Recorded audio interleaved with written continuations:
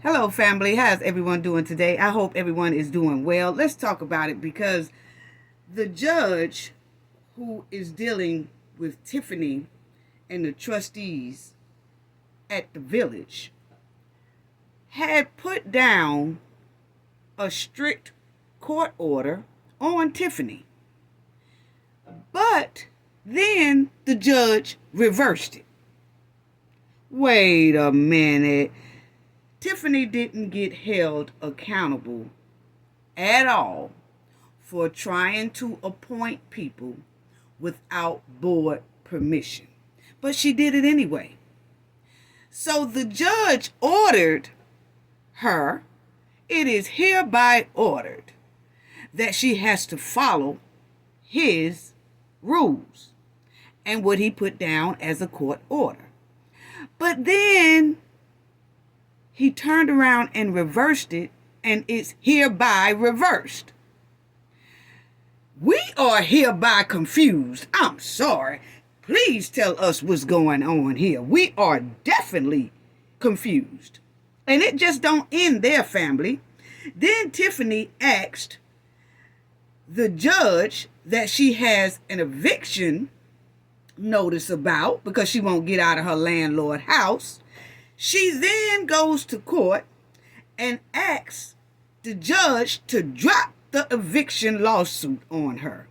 But she won't drop off the landlord's key to her house. She's still keeping the landlord off her property, but she don't want to drop off the landlord's key, but she wants the judge to drop her lawsuit on the eviction case. Boy, you can't make this type of stuff up right here. Well, let's just talk about it. Y'all already know what we got to do for the ones in the back. And also, why is it that in the YSL case that's going on, they put some evidence in court and they played some evidence in court, and then they want us to act like we didn't even see it, family? Boy, you just can't make this up, family. Y'all already know what we got to do for the ones in the back. Unbelievable. Unbelievable. This video is under fair use. Copyright disclaimer under Section 107 of Copyright Acts in 1976. Allowance is made for fair use for purposes such as criticism, comment, news reporting, teaching, scholarship, and research.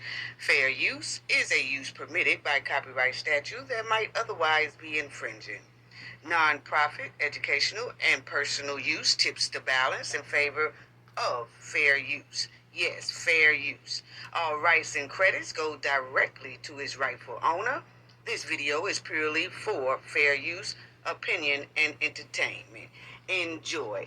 And we also want to add that everything in this video is alleged. Yes. Yes, family. And I want to give shout outs. I forgot to give the shout outs in the last video of the people who donated like 2 videos ago. And I'm so sorry. So sorry. It was Cooking with Frank. And it was Buck Baby 5. But I'm going to get to that in a minute. Well, not in a minute, but right close to the end of this video. But shout out to everyone who donate. I'm going to call y'all name at the end of this video, okay? Shout out to our moderators, awesome moderators. Shout out to our subscribers, always. New subscribers, our old subscribers. Thank y'all to the replay gang. Thank you to the chat. The chat be on fire. Y'all have me rolling. Just thank y'all so much for all the awesome support. Sending each and every one of y'all love. Definitely. Okay, now let's get to it, family. Let me show y'all what I'm talking about every other state around Chicago do things right. Yes, they do. Yes, and you will see here Mississippi is not playing with them either. Okay, so you got New York down there. New York is not playing with that Mayor Adams. Oh yeah, and speak of Mayor Adams, family, he has now cut off a day after Trump got elected. Mayor Adams has cut off all the immigrants' funds. You know, the free funds they was getting and the free hotels that they was getting.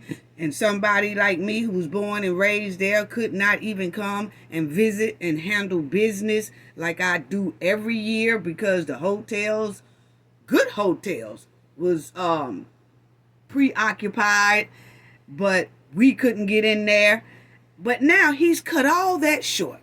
He's just cold turkey cutting everybody off, the immigrants who are in New York City the day after. Come on now.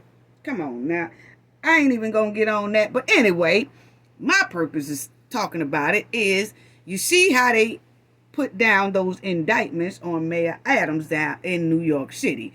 Well, they doing that all over this United States. Remember we was talking about it, family, okay? Now, the thing is, Chicago seems like they are the only ones that kind of slow stepping now.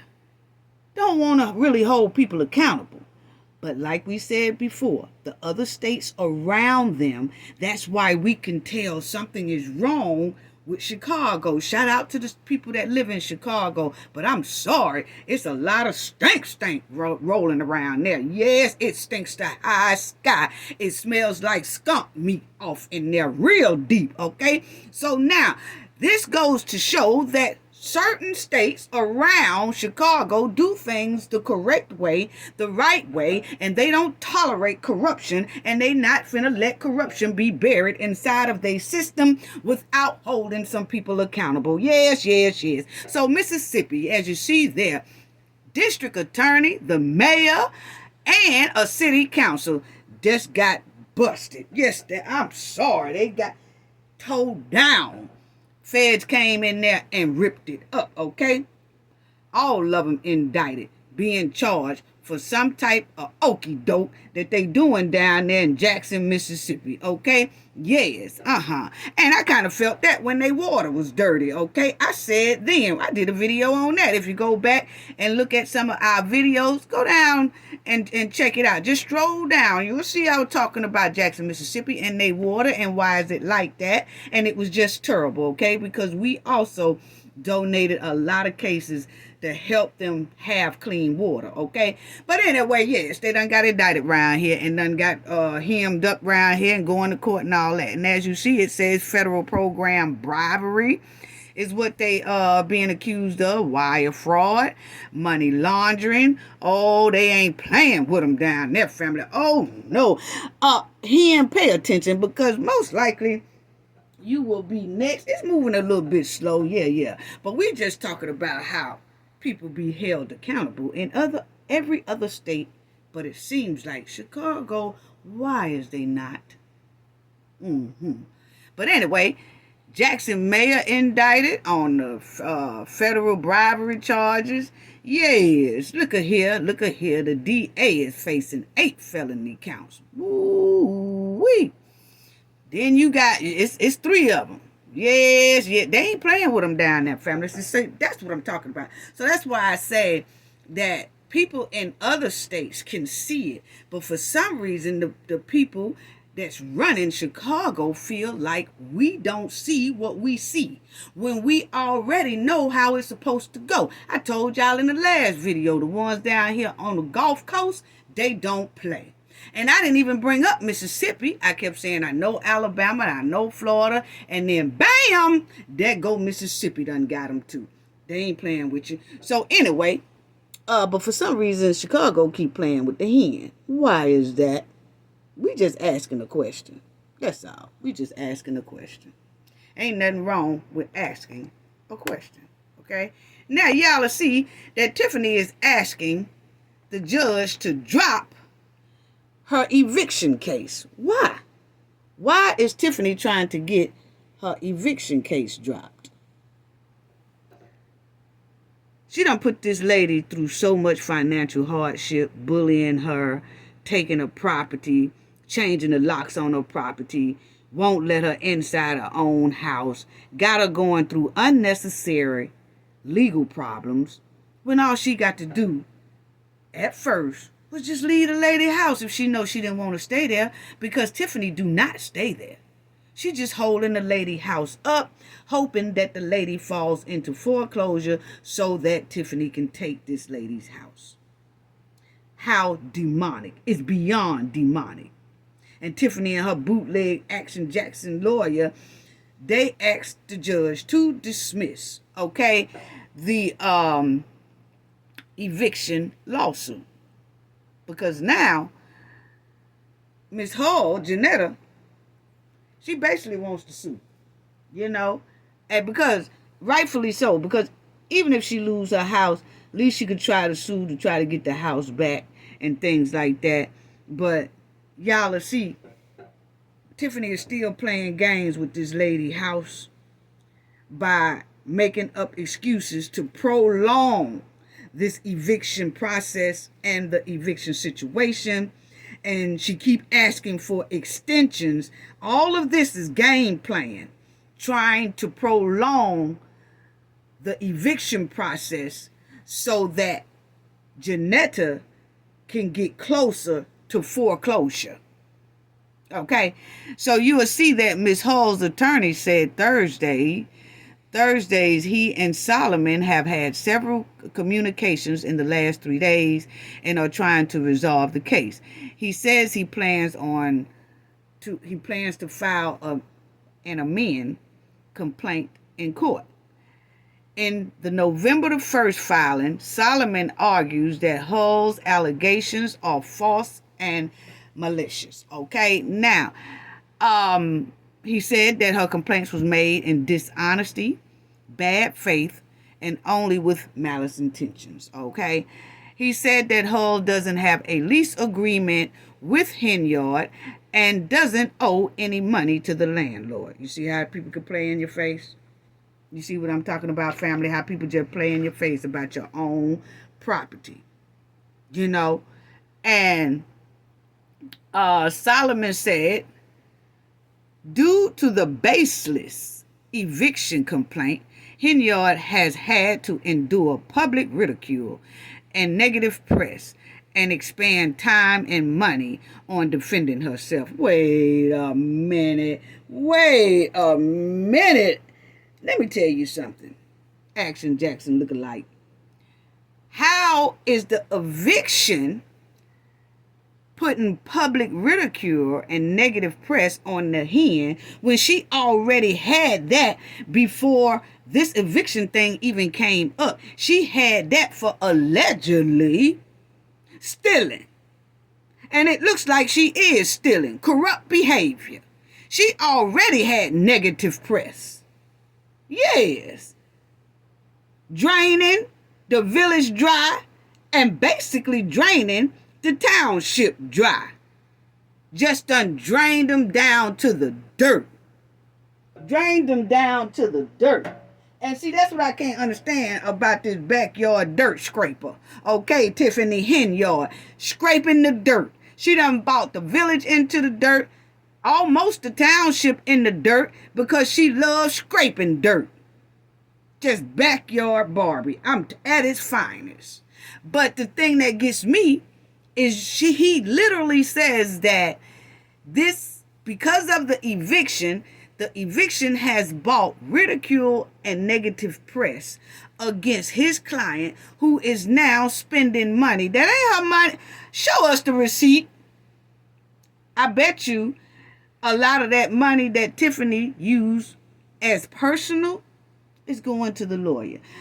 That's why she was most likely trying to get that lawyer to get paid and say he's a village lawyer, and then he's her personal lawyer and village lawyer, because see, he handling her eviction. That's a personal lawyer. Okay? That's a personal matter. And then she tried to slide him in the last meeting to be the village lawyer. What a conflict of interest. That's what I'm saying. How people, they be playing in people's face like we don't know the difference. Like we don't. But like I said before, they are so used to playing in their residents' face and getting away with it till they think the whole world is like that. And we're not. But anyway, negative press. She already had that. And Do you see how people could play in your face? Because he basically said that Janetta and her home is baseless. He says it right here, Solomon, due to the baseless eviction complaint. So because this lady wants Tiffany out of her house, Tiffany has locked this lady out of her house. Tiffany has made sure that this lady don't step foot on her own property. All of this is baseless because Tiffany just can't debo this lady property. So because Tiffany can't debo this lady property, it all of a sudden become baseless. What? Unbelievable. Unbelievable. See, that's why you have to make sure that you have proper documents when you're renting your house, making sure people sign the proper documents, because if this is true, you know what I'm saying? Do you see how people can play on your top and play with your property without a lease agreement or a proper lease agreement or legal documents or without proper signature? Because Tiffany really didn't sign her name, Tiffany Henyard. She signed that so-called lease as mayor. That could be anybody. Wow. Call this lady complaint baseless when she is the one with the most to lose. That's her house. That's cold-blooded. Cold-blooded. Wow. Wow. And I did notice that, and then you'll see right here that he also asked the judge to dismiss the mayor from the eviction lawsuit. Okay? So he wants Tiffany dropped from the eviction lawsuit. But Tiffany ain't dropping off no keys. Make that make sense. Okay? And he says she doesn't live at the Dolton home owned by the landlord. Judge Carrie Hamilton set December the 17th as the next court date, and an attorney for the landlord plans to file an amend lawsuit. You see how they keep pushing this thing back? Because Tiffany and her lawyer, they know how to play the game when it comes to this house thing. Tiffany knows that she's going to prolong this as long as she can. They had a court date about 3 weeks ago. Then they had a court date last week. Now the court date is being set for December the 17th. That's close to Christmas. And most likely, ain't nothing going to be resolved there. Tiffany going to make it complicated for Janetta. And they're going to have to wait till well into the new year. Just like I told y'all, it will be well into 2025 before, if Janetta can even get her house back. Didn't I tell y'all that?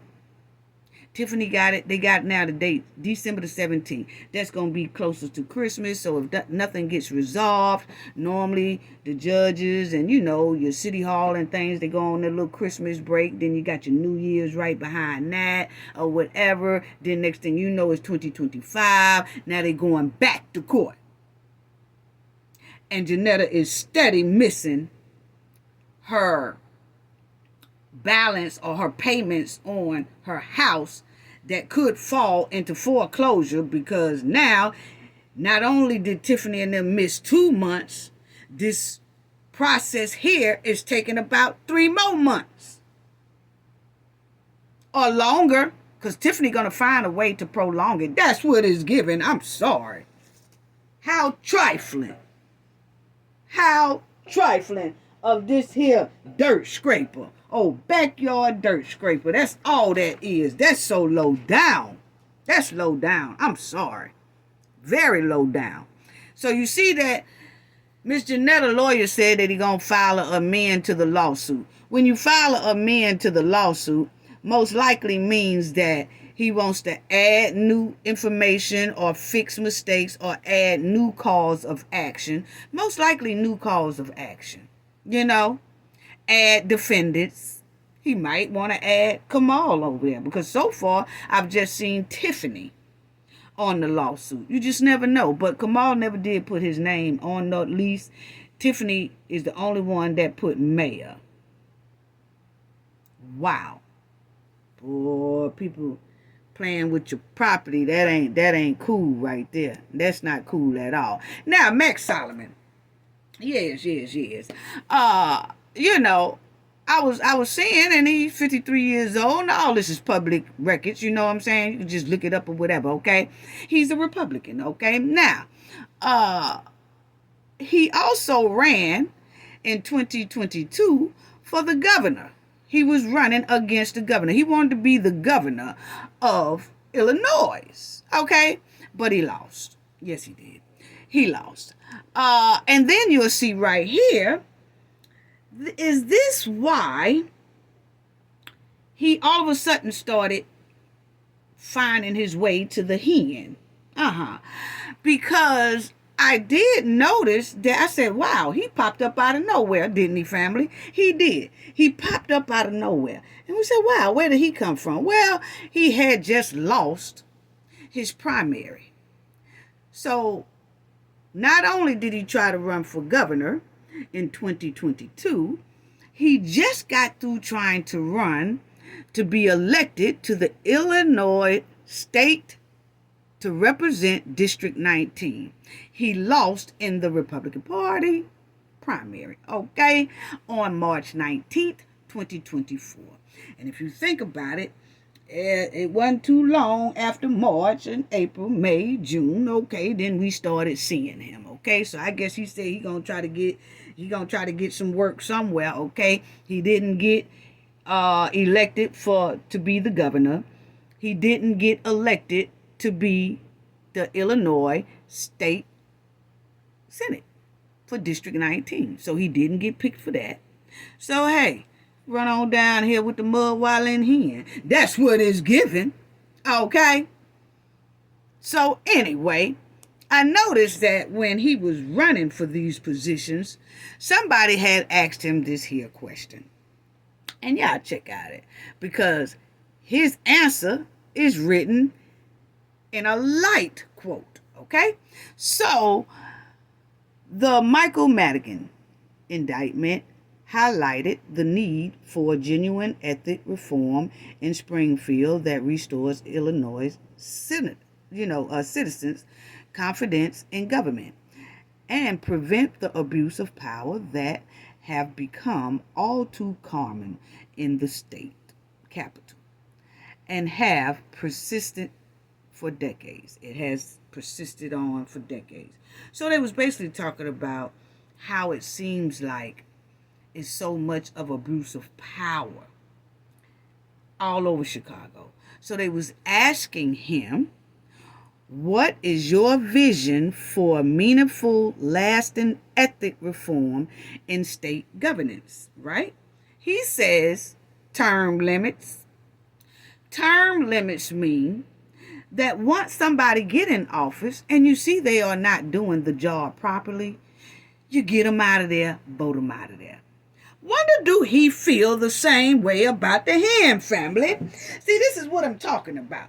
I wonder, do he feel the same way about the hen? And if not, people in the village and in the township, y'all take heed to what Mr. Solomon said, okay? Because he clearly says it right there, because they asked him about it when he was doing some of his runs, and this is what they put in the article that he replied to this particular question. They asked him a lot of other questions, but this one right here stood out to me, and I wanted to share it with y'all. So what he is saying is, when you have people that abuse in their power in office, such as Tiffany Henyard, all you got to do is do the term limit. Vote their ass out. So, wonder, do you still feel the same way? And if not, it doesn't matter, because it got it right there on record that that's what he said. Now, move on. Okay? Now, here you will see the judge reverse Dolton Mayor Tiffany Henyard recent appointments. Why is that? This is so confusing to me, because he was acting like he was putting some stern orders on Tiffany. He told her that none of the Michael Smith, the Burrs, Ron Burrs and Sr. and all that Old oxtail, that's what I call them, birds. Old oxtail, none of them couldn't be in there. Dirty feet Michael, none of them. Okay, wool wearing attorney chick, none of them was supposed to be coming up in there without board approval. Tiffany just can't appoint people when she feel like it has to go through the proper steps. That's what he said. And that's what he put on record. We're going to check that out too, because that's public records as well. Okay. But for some reason, they go back to court and the judge said, oh, okay, I'll let you put them in there for 90 days. What? What is really going on here? Wow. Wow. So basically, it's given that he backslide on his own orders.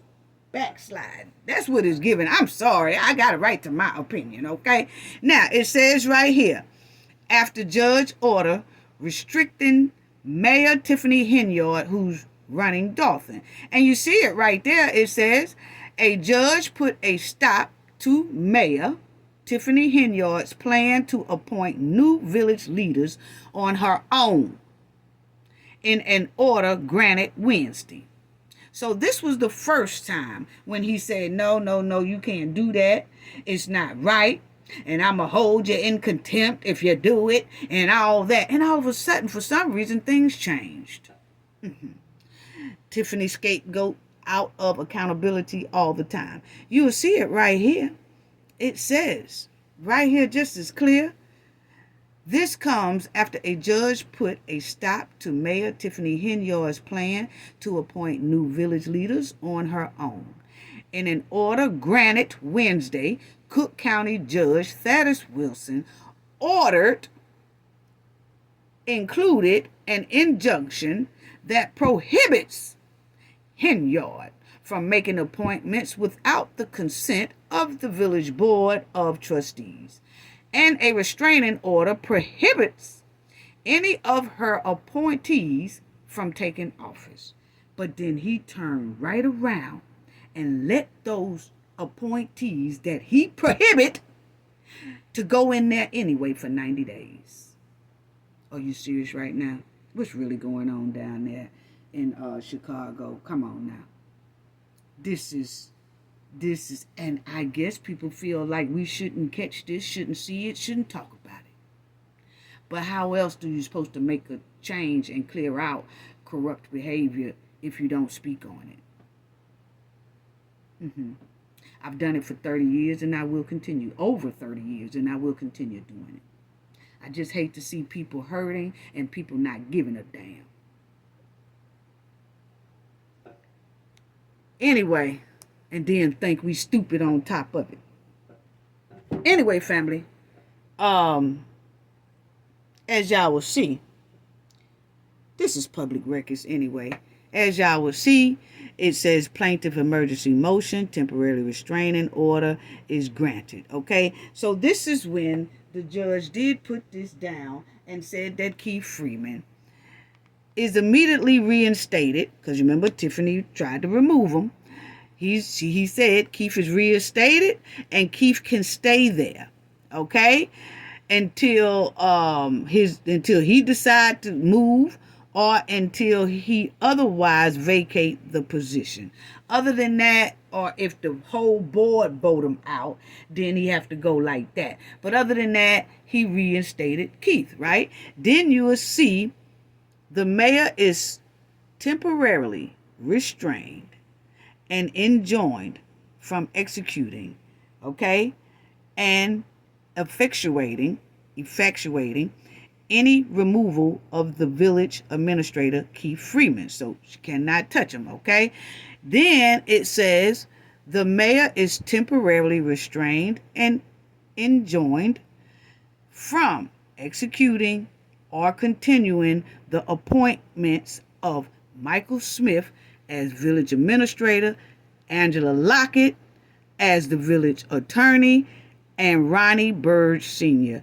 as police chief until such time as proper legal procedures for the same are followed. Okay? Meaning that the board has to vote to bring these people in, okay? And then y'all will see that it says right there, the mayor is temporarily enjoined and restrained from making any further appointments without the advice and consent of the Board of Trustees. Okay? That's basically what I wanted y'all to see right there. Okay? So, he did name Angela. He did name Burge, Oxtails. He did name him. But then turn around and let the people that he prohibit Tiffany from putting in there without board approval, he also put them in there for 90 days without board approval. It stinks to high sky. If this whole thing don't smell like skunk meat, what? Wow. Wow. So y'all see it right there. Even defendant Ronnie Burge Sr. is temporarily restrained. Okay? He wasn't supposed to be no police chief. Not even supposed to go inside that building. But for some reason, the judge reversed all of that and let Tiffany get her way for 90 days. But don't mention that Tiffany has been appointing them against his rules that's on legal document. She has been disobeying his rules. We skip all over that and just say, okay, you can have them. Even though you broke all my rules by standing up there saying, I came here and veto all y'all. I came here to appoint my police chief. I came here to appoint my attorneys. Cause see, I'm over all y'all. I could do that. The judge say, no, you can't. You need board approval. Then he turns around and say, yes, you can. For 90 days. What? What's going on here? And this is what the world is talking about. It's unbelievable. Unbelievable. So the two people, Oxtail Bird and the lint wearing, scratcher meat clothes on, all of them got in there after the orders at first said not without board approval. So now we have Tiffany overstepped the Board of Trustees and got away. And then the judge overstepped for Tiffany without a board approval and put them in there anyway for 90 days. Now, it would be different if this was their first time going in court and he said, okay, let the man go in there for 90 days and let this chick go in there for 90 days. No, he had already put on paper that these people cannot be in there, but then he turns around and act like don't nobody even remember none of that and then puts them in there anyway.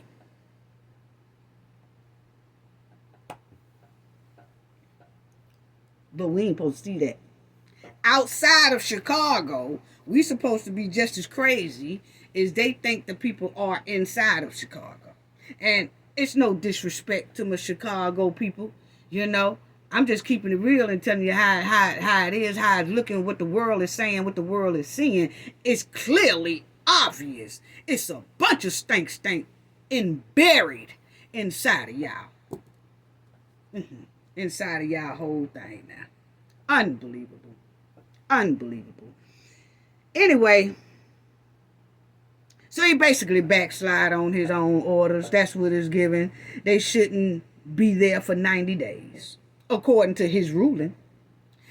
When they came back to him, he was supposed to say, God, what did I tell you? What did my first order say? My first order said these people cannot be in there. Oh, well, we don't have no police chief. Well, it looks like y'all police officers are doing just fine without a police chief right now because y'all ain't brought me no report saying that the crime has spiked up. None of that. So evidently the police department or whoever is acting chief in there at this time is evidently doing a good job. So let's leave it like that. But I need to talk to you about why you keep violating my court orders.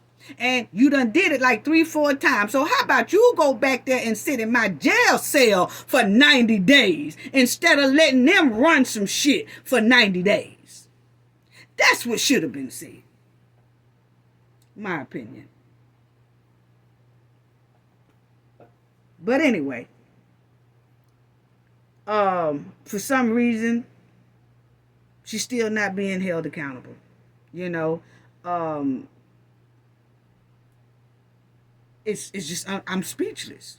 I've never seen this type of behavior that people can notice that is so unjust, and they doing it in your face, and we supposed to just sit back and eat cookies and shut the hell up. No. It don't work like that. It don't. But because I already know that my attorney generals and my governors, and I say that because I reside in a couple of different states and I'm very tight with those states. So I'm already knowing that they got my back. See, we don't bull crap with corruption over in this way. Start falling down like dominoes when you talking about you lose every case you got. Messing with me. I'm trying to tell you. I'm keeping it real. This is skunk meat.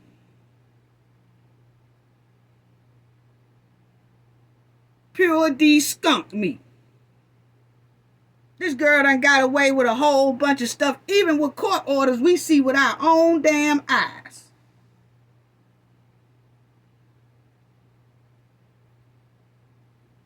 She not being held accountable by the judge.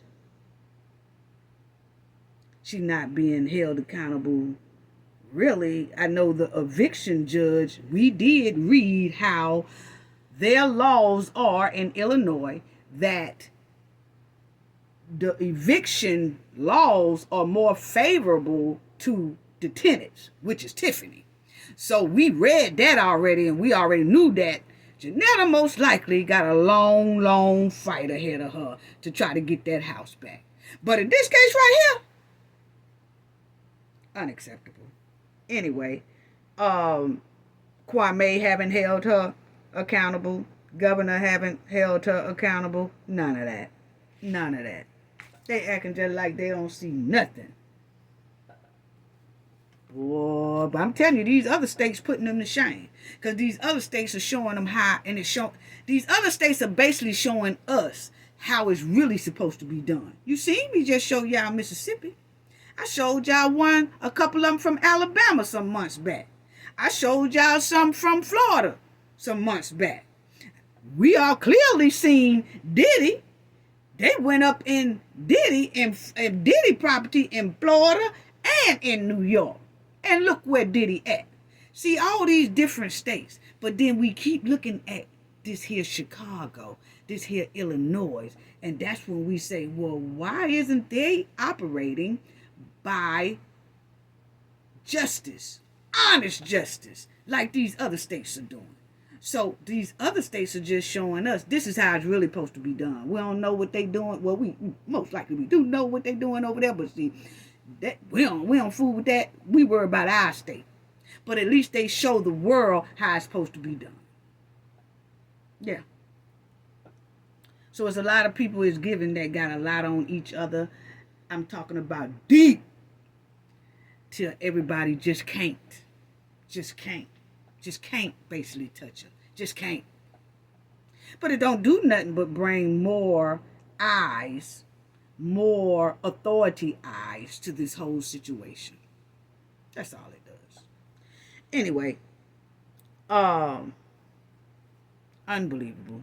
Tiffany switched sides so quick. They were talking about this. Tiffany wrote this a couple of weeks ago or whatever, but she switched sides so quick. Boy, now she wants to be a Trumper. Okay. She talking about, Trump, thank you. Congratulations.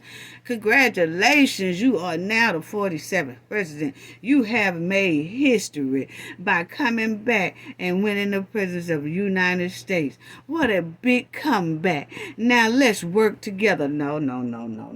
See, that's where you got it wrong, because I can tell you right now, I'm a New Yorker. been, well, born and raised there, okay? And my job and business have me traveling ever since.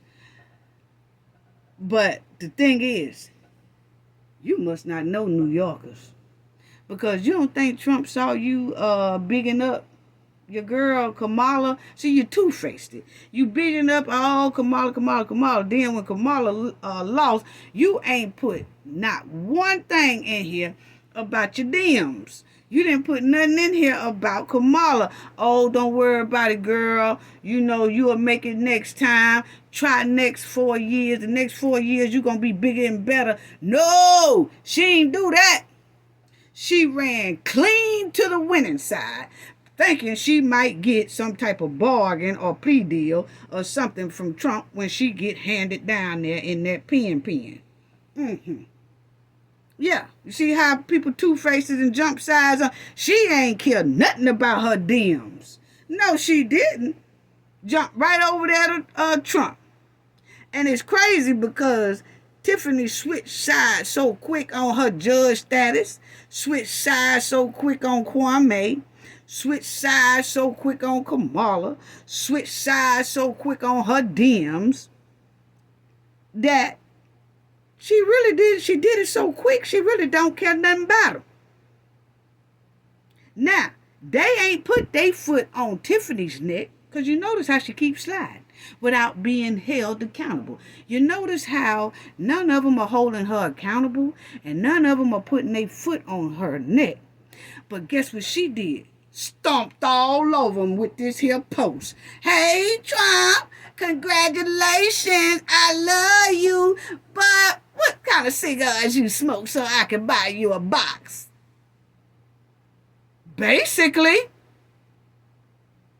ain't stunting them DMs. Because see, she really don't care about them no way right now, because she feel like they shouldn't have even said nothing to her. She don't feel like Kwame should have shut her cancer foundation down, even though he did that. See, they do stuff like that, but to keep from holding her accountable. You know what I'm saying? They'll do little pitty-patty stuff, okay? But the thing is, they ain't holding her accountable. Tiffany ain't caring nothing about them. See how quick she wrote this and jumped to the other side? Yeah, real quick. Tiffany threw mud all over to her damn friends. Yes, she did. On purpose, too. Yes, she did. They ain't held her accountable, but she threw mud all over their face by this here post here. You would think Tiffany was a Republican. Yes. Yeah. All over. Just boo-booed all over the ones who have not held her accountable. Her own DMs who really ain't been really touching her. You see what I'm saying now? They ain't really been touching her. They ain't held her accountable. They've been turning their head, acting like they don't see none of her corrupt behavior. But the first chance she got, she threw mud on them. Hey, Trump. Hey. Party over here. Congratulations. Yeah, let's work together, homie. Well, I'm going to tell you right now, Trump don't want to be bothered with you because he's a New Yorker. I can tell you about a New Yorker, okay? Because you done did all that caking and caping for your other side and then run over there to Trump. And I'm going to tell you right now, you better stop messing with that man, okay? I'm telling you, because you ain't going to do nothing but draw attention to yourself, and then he ain't going to be digging it. Because once you draw attention to yourself, Trump mostly will start looking into things, okay? Then he will see that Kwame and Thaddeus is on his paperwork, who is on your paperwork, okay? And then they have just gave him a big fine because they said that his company that he has in Chicago put some pollution in y'all Chicago water, okay? So Trump just got a big fine from them too, okay? Then they all over your paperwork, and then he see how you ain't been held accountable and how you done been scapegoat, so it looks like it could be something going on. Now, I'm just saying my opinion, okay? So then You calling out Trump's name, he gonna mess around and have somebody put you in jail just for having them people on your paperwork. That's just my opinion. I got a right to my opinion, and I got a right to my theories. Okay, yes. So you need to keep your mouth closed, because see, the same people that's on your paperwork is on Trump paperwork about that polluted water, and they gave him a big old fine. Those are the same people that's letting you scapegoat. That's what it's given. You ain't been held accountable yet. And all this corruption we have saw with our own eyes on TV. Yes. Keep on hollering, congratulations, Trump. Trump gonna send somebody down there and put you in the pen good. Trying to tell you how New Yorkers work. They do not like for nobody to play in their face, boo-boo all over them, and then smile in their face. Hey! What? No, it don't work like that. I don't like you like that. Yeah. And I know, because I was born and raised there. Spent a lot of time around the Trump Towers. They ain't believe that. That's a New Yorker. And just about a lot of people are like that all around the world. You can't be boo-booing all over them and then smile in their face because they done won the lottery or they done won something. Then here come the enemy. Hey, girl, you know I never did have a problem with you. You know I liked you the whole time, girl. Don't be like that. Oh, man, come on, don't be like that. That's the kind Tiffany is. Yeah. Now, I tell you what. Max Solomon, we just saw, is a Republican. So, this is just a question now. This is just a question. I have a right to ask a question. Max Solomon is a Republican. So, when Max Solomon went down there with Tiffany, he was the only one that didn't get him and Michael Smith was the only ones that didn't get the 90 days from the judge. Why is that? Is it because he was a Republican? I'm just asking.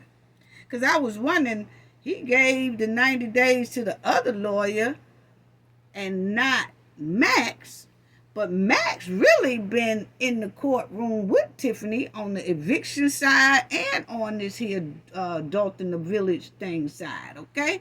So Judge Status kind of seen this man a lot. Kind of know that the man might know a little something, you know, like he doing a little lawyer duties or whatever. But why was it that Max didn't get picked, but the female did? So then when I start looking, and then we look at Mr. Max, then we saw that Mr. Max is a what? He is right there. He is a what? Right there. So was it personal why Max didn't get picked? I'm just asking a question. I'm just asking. I got a right to ask a question. Don't get mad at me. Okay? Now, let me go on to this right here. Because, see, that's why I asked the question. That's why I asked the question. Because you got your Dems, and then you got your one rep. So that's why I asked the question. Is that why Max didn't get a chance to get 30 days? But probably in the next go round, they'll give him the 30 days because Cafe said something. Allegedly, most likely. I'm just saying, I'm just asking a question, though. You know, ain't nothing wrong with asking a question. All you got to do is answer. You know what I'm saying? That's all. Then Tiffany all of a sudden want to come out with this Robert Rule thing. Okay? You remember in the township, she kept on. You want to make a motion to adopt the Robert Rules of Order? Now, the Robert Rules of Order are very strict. Basically, the township are following those rules right about now. Okay? But it's a lot of things in there that I noticed that why Tiffany wants to do it, because Tiffany wants to somewhat put a muzzle on those trustees. Okay? Really, Carmen and Gonzalez. Okay? And she wants to try to figure out a way to get Carmen out of that door, even though Carmen has been being harassed by her own co-workers, and so she should be safe on the job instead of trying to get rid of her. But see, that's what Tiffany do. She fires people that she don't like or wants, that won't do what she say do. Okay, so but the thing about, and let me say this too about that Trump thing. Tiffany wrote Trump that post, and she switched sides so quick. So quick, she threw mud all over her homeboys here. She threw mud all over them. But then she could switch sides. And ain't nobody supposed to say nothing about it. But then when Carmen and Keith Freeman switched sides on the good side, oh, she got a problem with them. So see, she can switch sides, but can't nobody else switch sides. Boy, the devil is strong around that girl head. I'm telling you. Anyway, that Robert Rule. Tiffany basically want that to put a muzzle on them trustees, and which is basically Gonzalez and Carmen, like I said. And Carmen has not been showing up because of that restraining order, It's given that something really happened to Carmen along with that heckling and things like that, okay? And so she has a right to stay home, and certain people say, oh, all she got to do is bring security and all she got to do is bring that. Y'all have to understand, this is her employment. This is her employment. The employment is supposed to make sure this lady is safe. But if your top dogs that run the company is the ones who bullying you, you got to wait till authorities handle it the right way. You got to wait on court dates. You can't violate and try to go up in there anyway. You can't do that. You have to wait on the court process to take its course. And let the court decide who go, who stay, what amount of feet, this, that. So right now, in the meantime, they basically say, stay away from these people. And we only see how they do Carmen on camera. People don't know what might or could have happened to Carmen off camera. And I wouldn't come either. So she can do a conference call. Your job is supposed to let you do a conference call if you're being bullied and things like that. But the boss is doing it. So you just have to wait on the court to resolve that problem. But anyway, Tiffany kept saying, I want to make a motion to adopt the Robert Rules of Order. Okay? Basically in her favor. Because if y'all see there, it says the facility, it says that the meeting's supposed to be fair and all that stuff. Well, Tiffany don't do nothing fair now. So what make y'all think she's going to do anything fair, even if they did adopt this Robert Rules of Order, okay? Only reason why Tiffany going to throw all that right there out the window is just certain things inside of this Robert Rules of Order that Tiffany wants that benefits her, not the trustees. So that's why she want to adopt that, because right now she does not have that power to make Gonzalez be quiet when she say be quiet. He wants to debate. He wants to talk. Carmen wants to bring up things.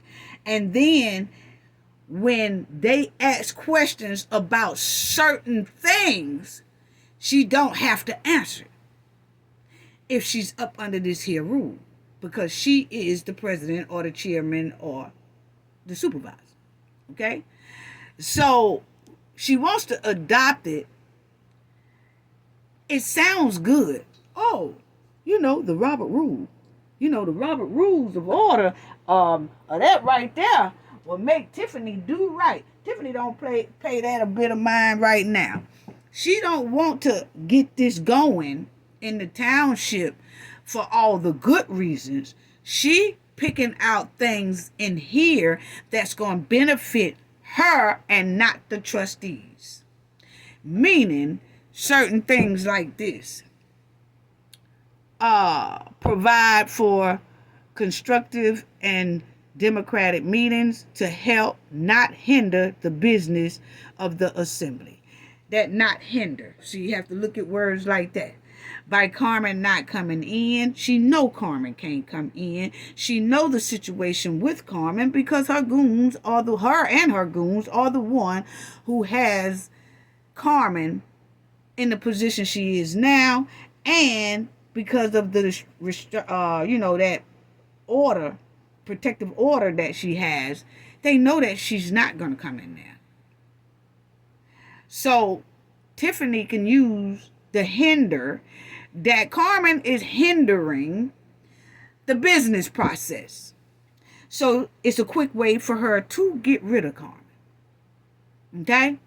Now, it's just certain things in here and have to have full participation.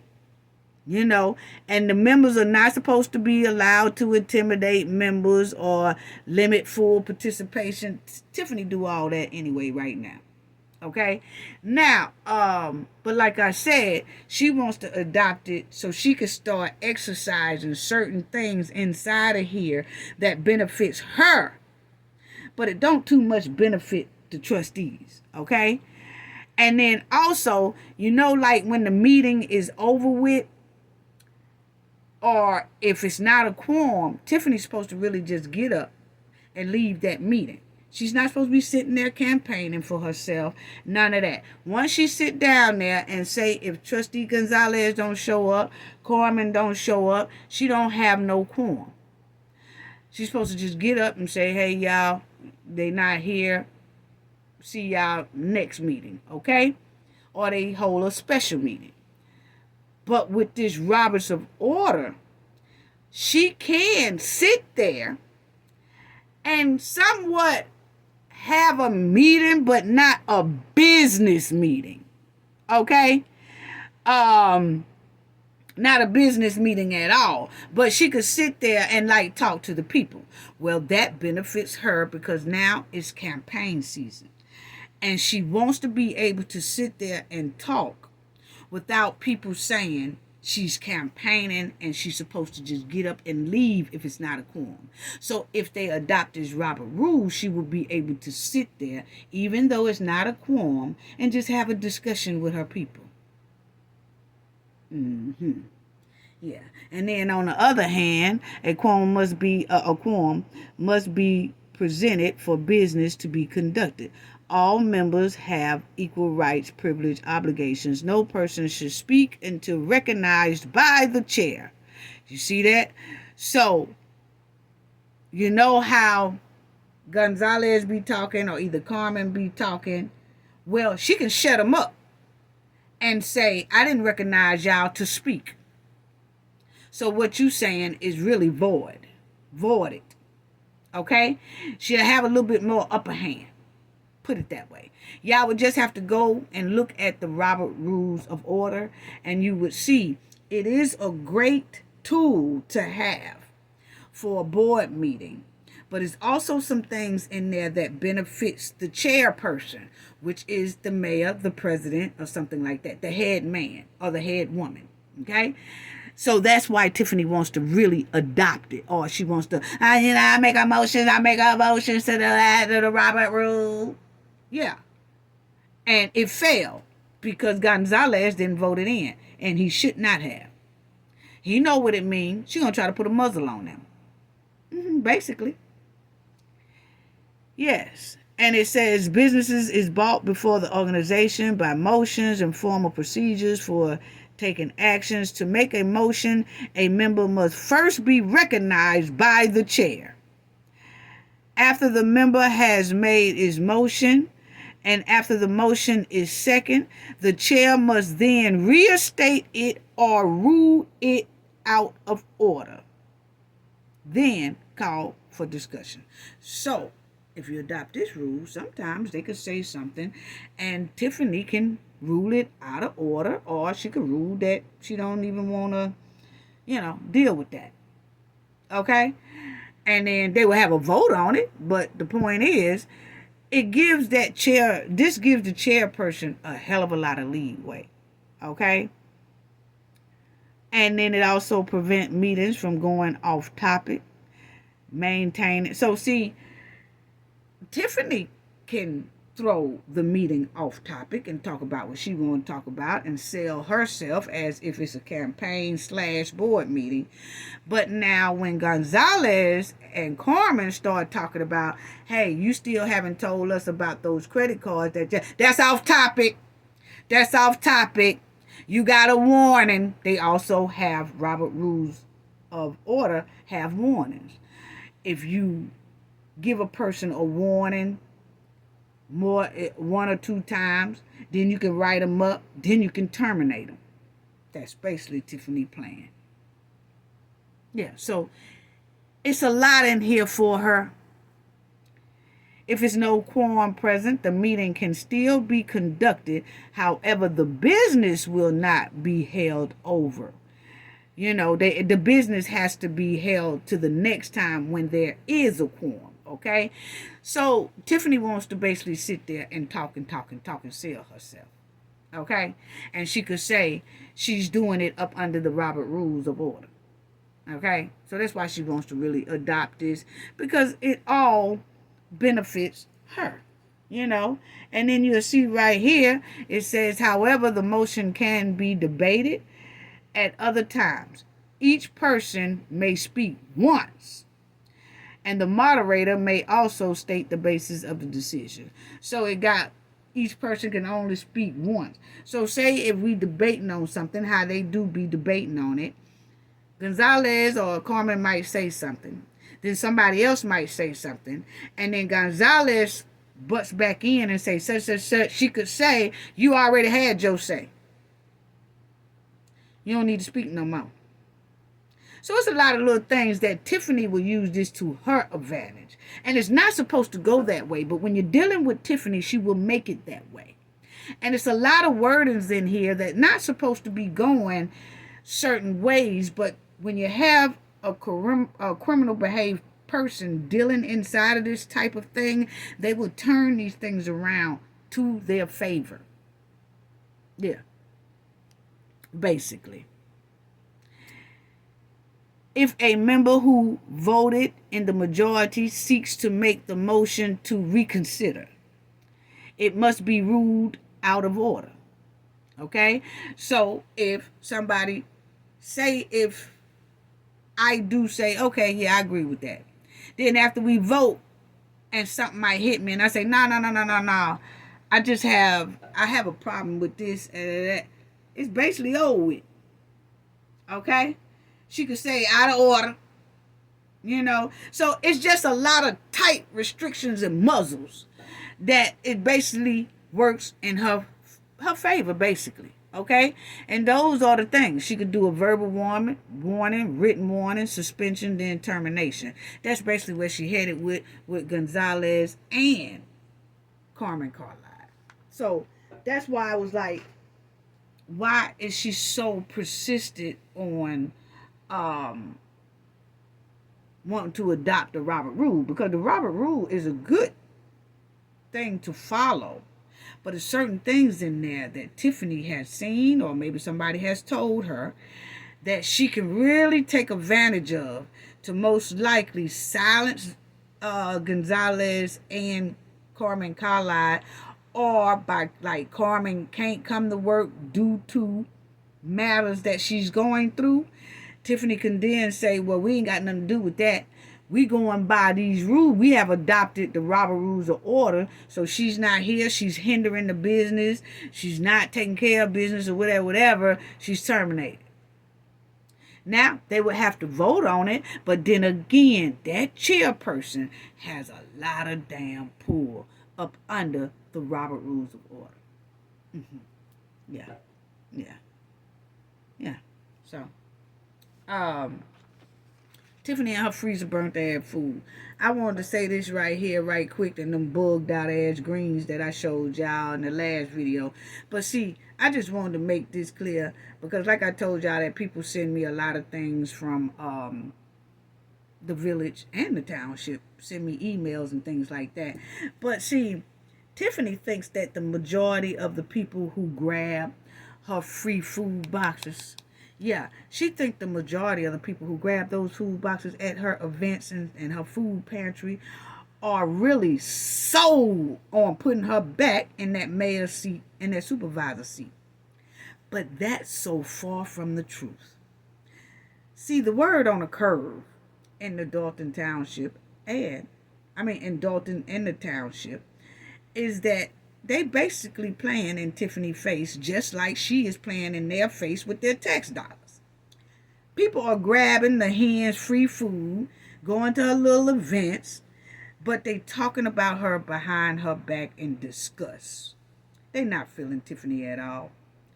But they do smile in her face and snatch whole freezer burnt food boxes and go to her events because that's their money. And I've had some people tell me that. But they are not planning on putting Tiffany back in that seat. No, No, they ain't. No, they ain't. See, y'all know how Tiffany like to make other people play to pay. Well, the majority of the residents are doing her the same way. They letting the hen throw out free food in events. They going to grab it. They playing in her face. They smiling in her face. But then they gonna pass her name when it's time to go to that poll in 2025. Yeah, they playing in her face just like she playing in theirs. She make people play to pay and pay to play and all that till the residents are doing her the same way. Yeah. So it's not gonna, and see, a lot of people are not showing that they don't like Tiffany because they have to live there. They don't want to be harassed. They don't want to be bullied. They don't want to be intimidated. None of that. So they playing the role. Yeah, they grabbing them food boxes. They smiling in her face. They high-fiving her. Yeah, girl. And they pull out. Damn that bitch. I ain't voting for it. Hell nah. You wait till I get in that poll.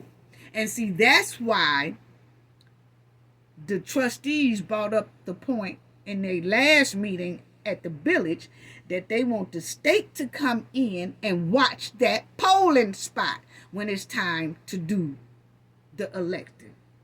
Okay? Because that hen is most likely going to be up to something real strange. Yeah. Yeah, her and her goons. Yeah. But anyway, yeah. The people are doing that. I don't agree with the method that they doing, but I understand why they doing it because it's a way for them to get back the hen secretly without being retaliated against, bullied, and threatened. So they play with her as if they like her. And they really don't. A lot of them don't. A lot of them will go and pick up them food boxes and people will think that, oh, look at all her supporters. Some of them are not. They faking the funk. Yes, they faking the funk to keep from being retaliated against. Because when Tiffany knows that you don't dig her, you don't like her, or you ain't feeling her, she will call you out, and her goons will too. And then you'll start being harassed and all that. And people don't want that. So they fake the funk. Yeah. Anyway. I just thought I should let y'all know that. And for the troll who came in here, let me say that too. For the troll who came in here, my last thing, and they might not have been a troll, but, they said something okay, but let me just explain this to this person right here. Because, I don't know if it was a dirty scrub or if it was just a scrub, okay? But the thing is, they came into my comment section in the last video and said, you have good commentary, but it's too long. Let me tell y'all something. For my video to be an hour and a half or 2 hour long or whatever, I don't do it every day. That's a every 3-day video. So if you break it down, it's like 40 minutes a day. Okay? If I was on here every day, it would be about 35, 40 minutes. Okay? So it's just all 3 days into one. But my thing is, I want to thank this person for the first part of their comment, because they said you have good commentary, but it's too long. So I want to thank you for the first part of your comment, but let me ride your bumper for the second part of your comment, okay? Because I do videos, like I said, around 3 days a week. Watch some of the goddamn video first, and then bring your ass back later and finish it. What's wrong with that? Or do you got a helmet on like Tiffany? Okay? You got 3 whole damn days to go through that video. Click off, save it for later, and go back and watch it later. Okay? But don't you come over here telling me nothing. Don't play with no me. Don't play with no me. Okay? So I could tell this person was new to this channel because they don't exercise patience or knowledge. So don't come over here with that BS. Please don't play with no me. Okay? You could tell a dirty backyard Barbie and Ken a mile away by their dirty face. Yes, you can, because I did. You can tell when a preschooler come walking inside of a college class. You can tell it. You can tell it. You can tell when a preschooler come walking slap inside of a college class. You say, what are you doing in here, baby? You're not supposed to be in this class. Where your school at? Because this school ain't for you. You'll be here in a couple of more years on down the line, but this school here is not for you, baby. What school you go to so we can take you back to your preschool? That's what it's given. So don't come over here with that BS. Damn. It's strange that people clicks on this damn channel and the channel clearly say knowledge. And they come over here, the ones who ain't got a lick of knowledge, or click on it. If you already know, as soon as you see knowledge, be like, nah, I may not fuck with that channel right there, because that channel there might be kicking some real stuff there, and I might not be able to comprehend. Okay?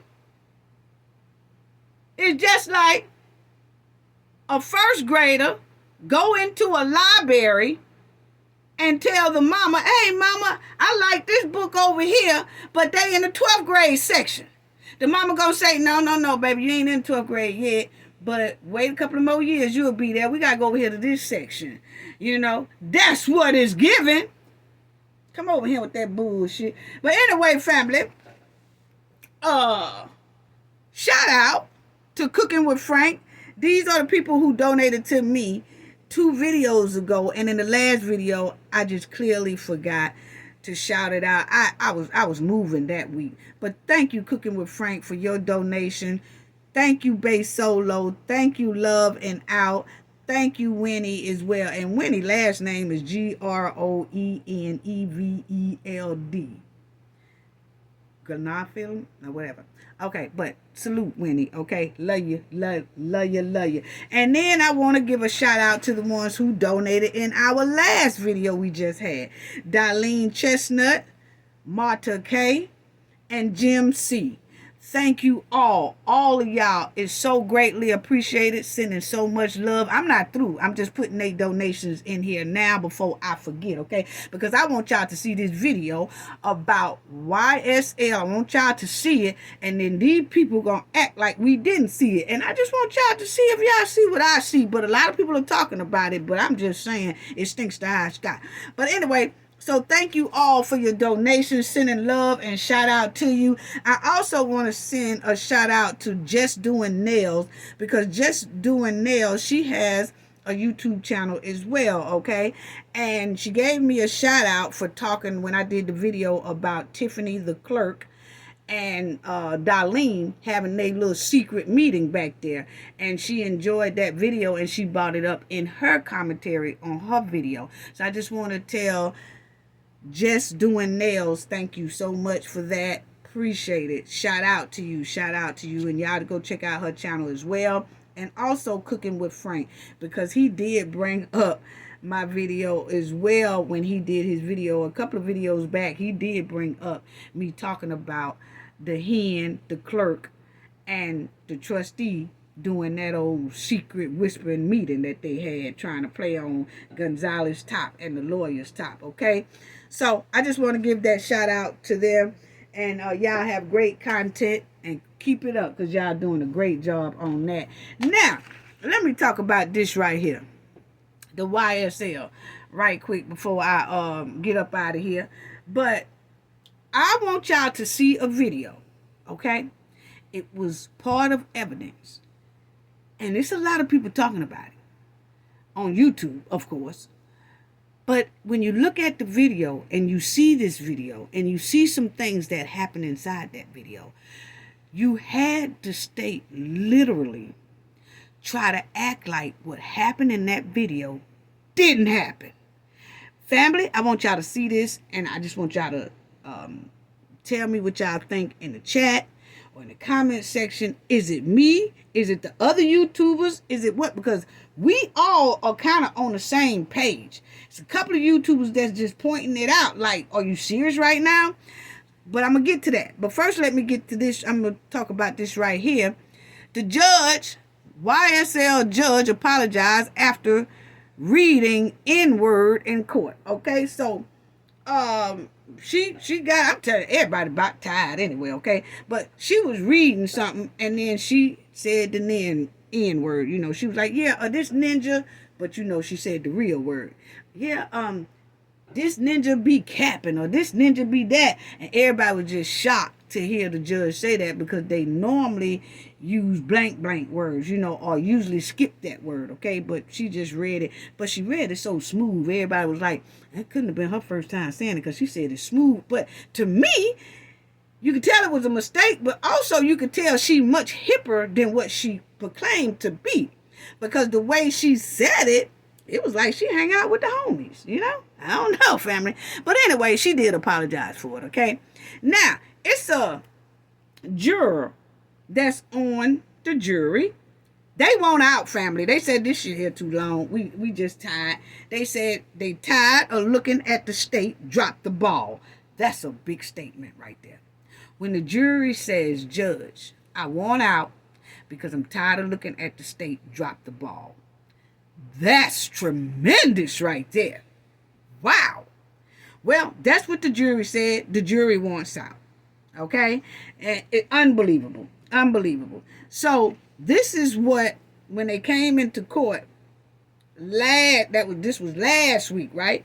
When they came into court, the judge had an email, and in the email was the juror saying this, that they want to get out and they want to leave this trial, and this is why. Okay, so y'all check out what this juror said. Then I'm gonna let y'all see this video. Please don't leave and hang in there, because I believe a lot of my knowledge family gonna be shocked when they see this video, and when y'all hear what was said about the video.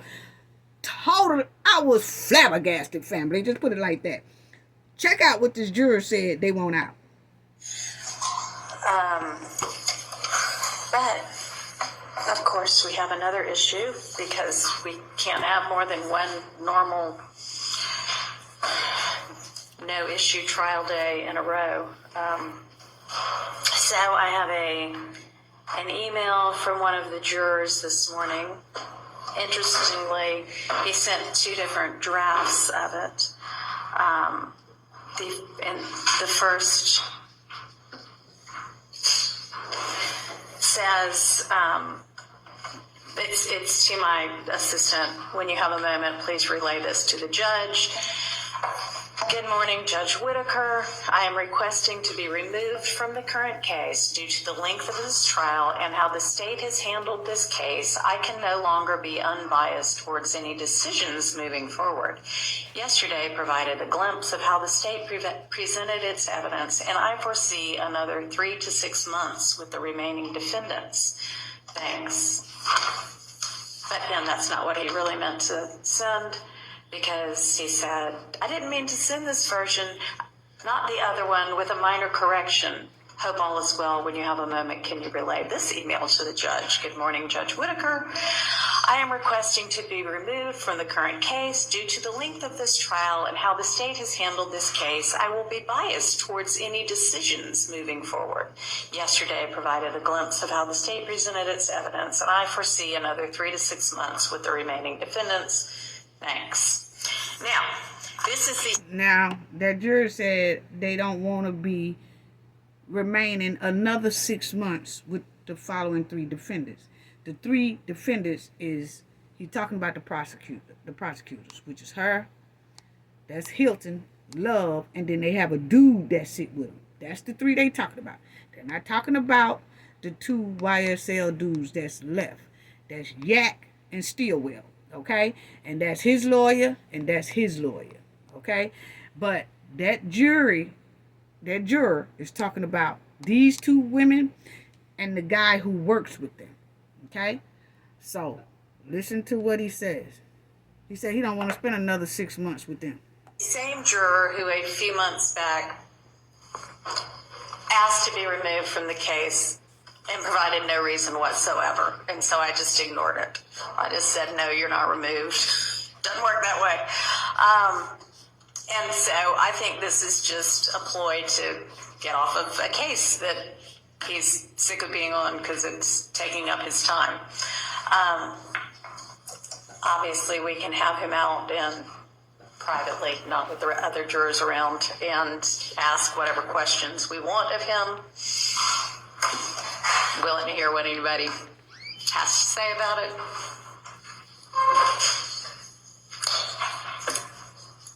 I don't know from the court's perspective if this would be appropriate. This is his lawyer but talking. I would have no objection to informing this juror that it might not be 3 to 6 months.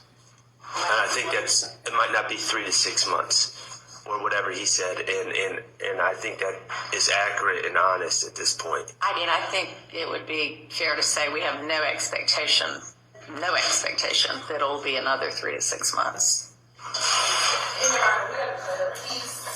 Okay, that's the prosecutor state getting ready to talk. I'll let her talk in a minute. But my thing is, this is Stillwell. That was his lawyer that just got through talking. He was saying, Judge, I would like to just make it known to them that I doubt if this case will be another 6 months. But y'all have to understand, this jury has been sitting in that courtroom for almost 2 years about a case. And most cases in the United States, trials like this, don't last but 3 to 6 months tops. They have been sitting there for 2 years, almost, okay?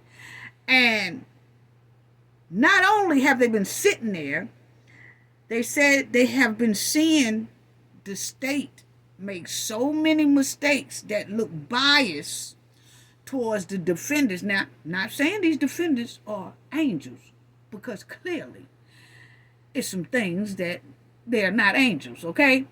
But the thing is that the state is presenting it so bad until it looks like damn near you're railroading them, or it just something ain't right, you know?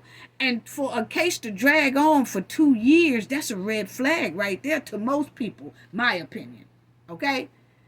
And you got to look at the jury can't watch certain things on TV. They can't interact with their social media. They can't engage with their family really the way they want to, because some people might bring up the case and they have to stay away from that. Or if that subject come up, they have to quickly dodge out the room or out of the facility or out of the restaurant. Or if it pops up on TV and they at a restaurant eating, they got to get up because they're not supposed to see anything about that trial. They have to get up and have somebody else pay their ticket.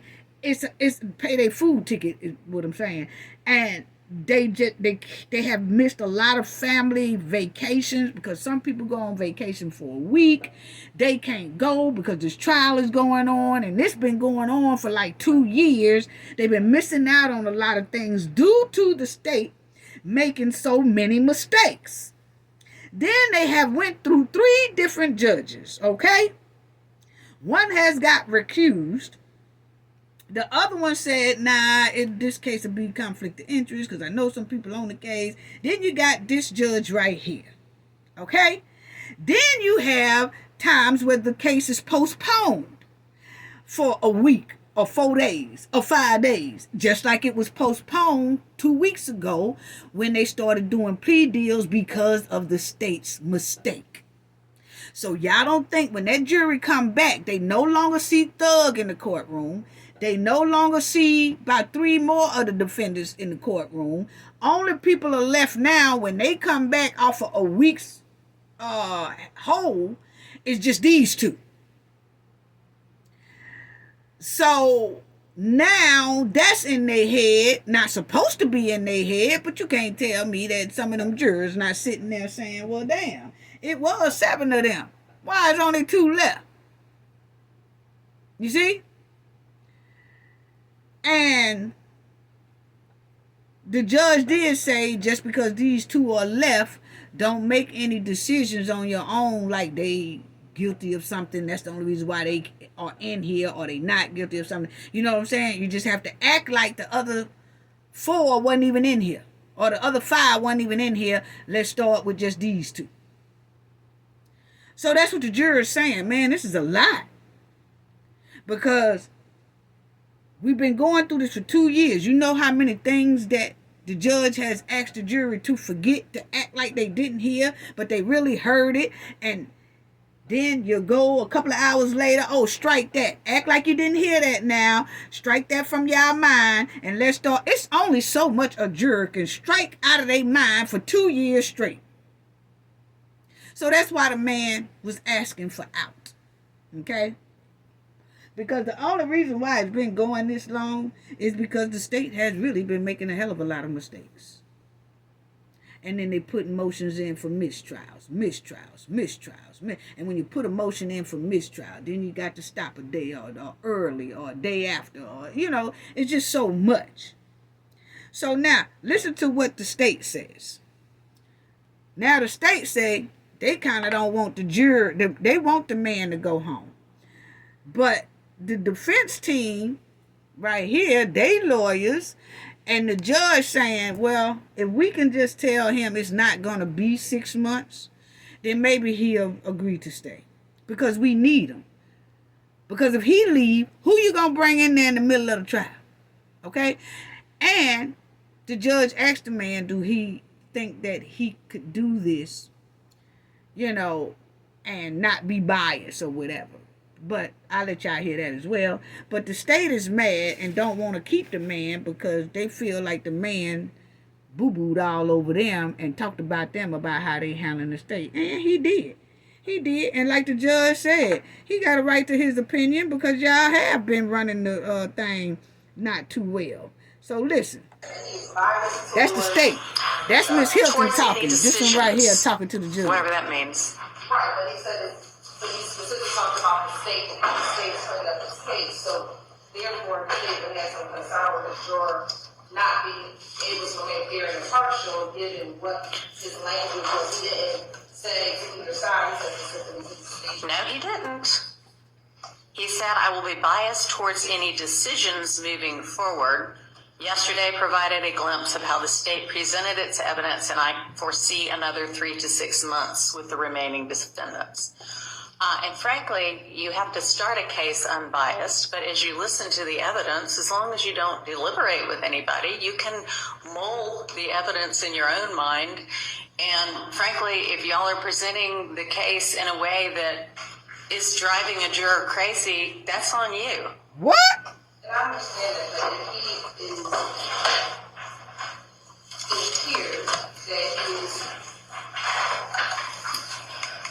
his thoughts at this point is that and maybe that's what we need to ask him, whether or not he still be fair and impartial.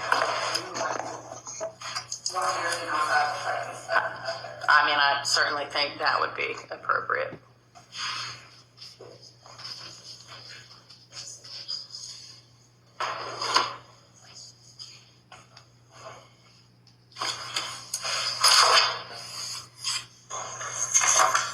Okay, so now.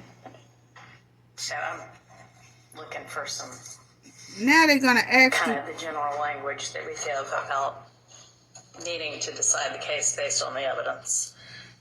So once I find that, we'll get him out, and y'all can ask whatever questions you want. So now they're getting ready to get that juror out And when that is and complete, talk Your to Honor, the juror. before we bring the whole jury out, I just want to say something to the. Now they're going to bring the guy out, but he did say that in receipt of both versions of it because you sent one and then There you you go. adjusted it. This is the juror they talking sent to that him one to now. me, so I have both. And you seem to be expressing concerns about the length of the trial. And I've discussed that with all of the attorneys, and we all feel comfortable representing that there is really, it's almost certain that this trial will be over far before 3 to 6 months have elapsed. I think it is probable that it will be over before the end of this year. So I'd like to find out whether that assuages any of your concerns. Given that you said probable, and I'll keep it as is, but I will, if it prolongs, and I will send out a correspondent if it goes into 2025. All right. Let me ask you as well. You said that you, first you said you could no longer be unbiased, and then you said that you would be biased towards any decisions moving forward. Is that because of your worries about how long the case might take? Yes. Okay. I projected when we first began this entire case, we were projected to be in 6 months, and it was a year. Yeah. And then given the circumstances between, I just feel like it's just too long. Yeah. I love what I do for a living. I miss what I do. Yeah. And it's been hindering a lot of things with family and friends. Yeah. So since he's probable in the sentence, and so therefore I can you're assuring that this will probably be 2024 years, and therefore I can still stay on board. Okay. Let me ask you a couple of other things as well. I know that you were instructed with some version of entering the case and considering the evidence with an open mind and not reaching any final conclusions until the trial is over with. Can you continue to assess the evidence with an open mind? Given the information that we just discussed, and yes, I can. All right. Okay, and can you decide this case based only on the evidence that is presented in the law that I give you, and not on whether you like or dislike anybody's presentation style? Since you work that way, then yes, I can go along with that. All right. 2024 is. Okay, so bottom line, family, he's staying. Okay, he's staying. They telling him that it he still ain't feeling the state, in my opinion. You know what I'm saying? He's still not feeling the way they presenting it. It does look like they forcing some things on them instead of just letting the evidence do the play, man. But I'm finna show y'all something in a minute. But my thing is, I think that the prosecution should have tried these guys separately, according to the crime that they did. But because they wanted Thug so bad, young Thug so bad, but see, Thug hands was really clean. I mean, when they bust in his house now, they did find, some pow weapons and drugs, things like that. Okay, they can get him on that. But they wanted to get him down for a long time by pinning a lot of stuff that the other ones did, that they was doing it for him and he was calling the shots. But if your case is not strong enough to do that, man, they should have did that. They should have just left that alone, charge him with his weapons and, the drug things that he had on him, and then get the other ones separately, charge everybody separately for their crime. Like if one did a pow, have them in court for the pow, because you got so-called evidence for them. Then if somebody say, took something from somebody or robbed somebody, something like that, you put them on trial for that. And then if somebody was a dealer, you'll put that person on trial for being a dealer. You see what I'm saying? I think they should have did it separately instead of trying to do it all together, because, man, it was a lot of falls that they did. They probably would have been better trying them all separately. That's my opinion. I'm sorry. Because, see, when you're dealing with a RICO case, it has to be tight and solid with little or no mistakes. And in this case, they did just the opposite. So let me show y'all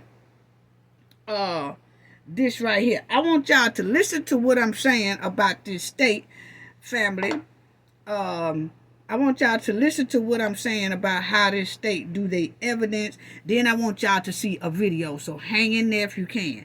Okay? So listen to one of the evidence that how the state try to slide in. Check out. My understanding is that Mr. Sumlin is on This is the him state's agenda this morning at some point. That's him talking about his client Stillwell. Coming at all? Yes, he's coming. Next week. So, in preparation of him coming today, I reviewed his statement, that he gave to Investigator Viverito and other law enforcement investigator J.P. Miller. And my understanding is the state is going to ask him questions based on things that he has personal knowledge of, and I understand that that's out there for potential impeachment. My concern, and I'm just making sure we're all on the same page. Investigator Viverito asked him to speculate about a lot of things, why certain things would have happened.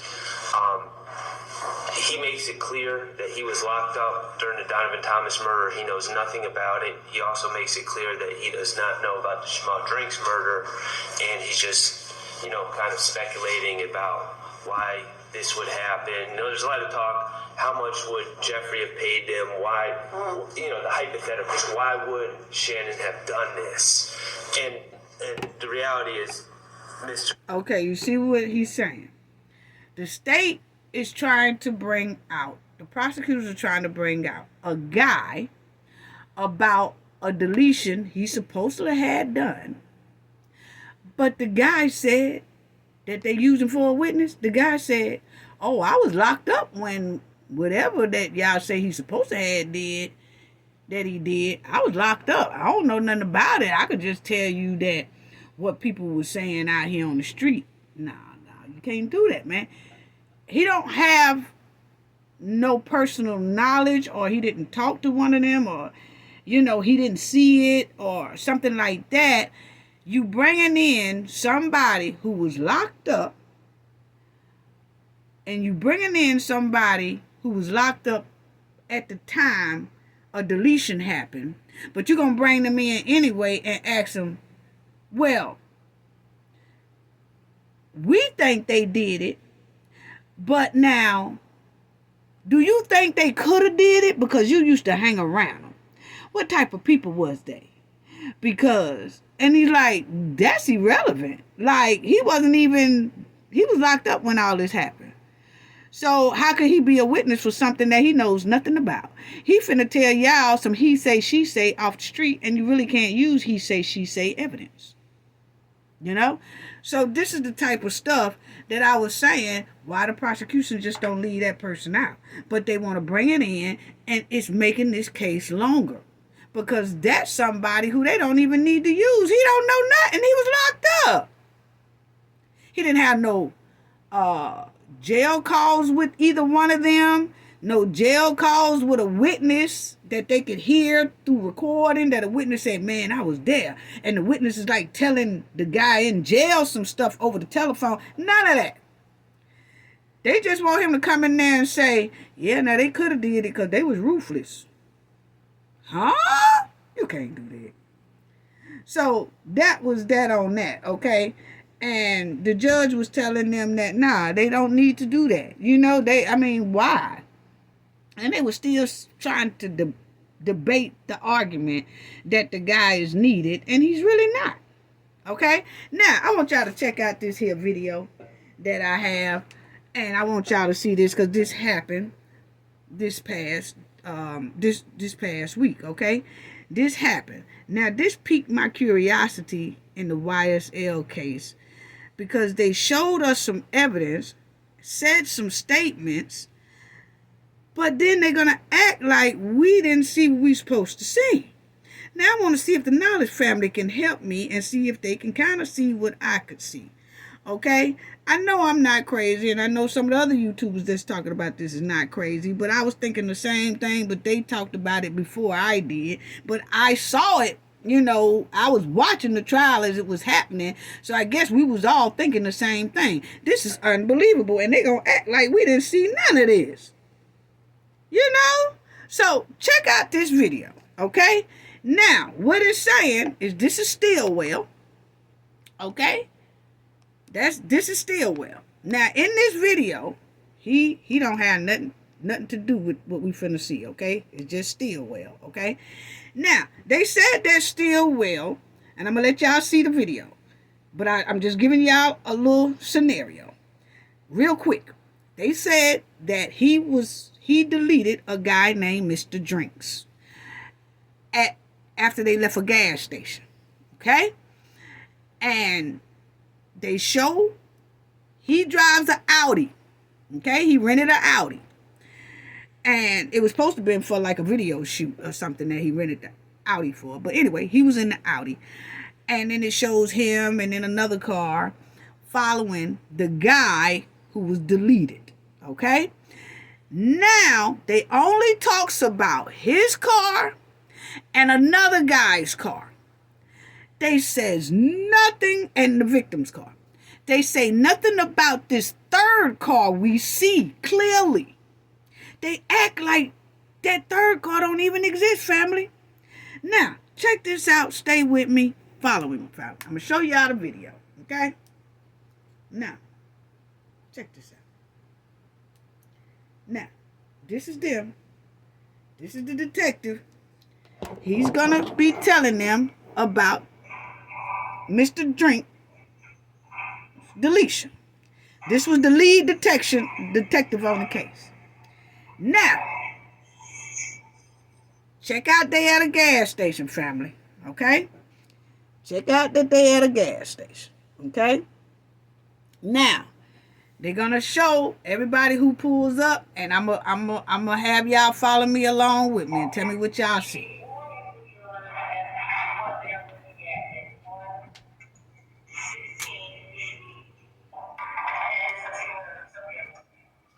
These images are from an elevated position in the front of the convenience store.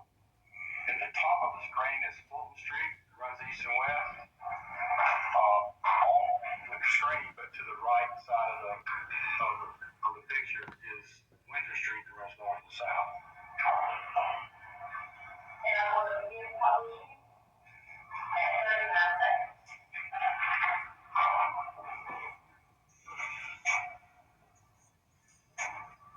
Okay, now check this out. Now they finna show Stillwell pull up. Okay? They're gonna show the one with the Audi pull up. That's Stillwell. That's the Audi.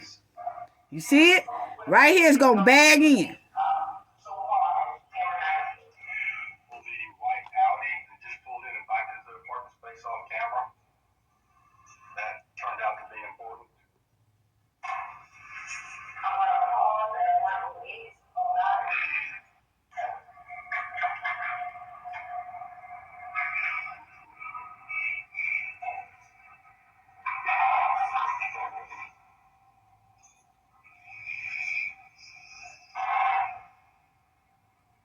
Now check this out, family, because now Stillwell is bagged in. Then you're going to see a white car. Here come the white car. The white car going to park right here. That's one of Stillwell's friends as well. Okay?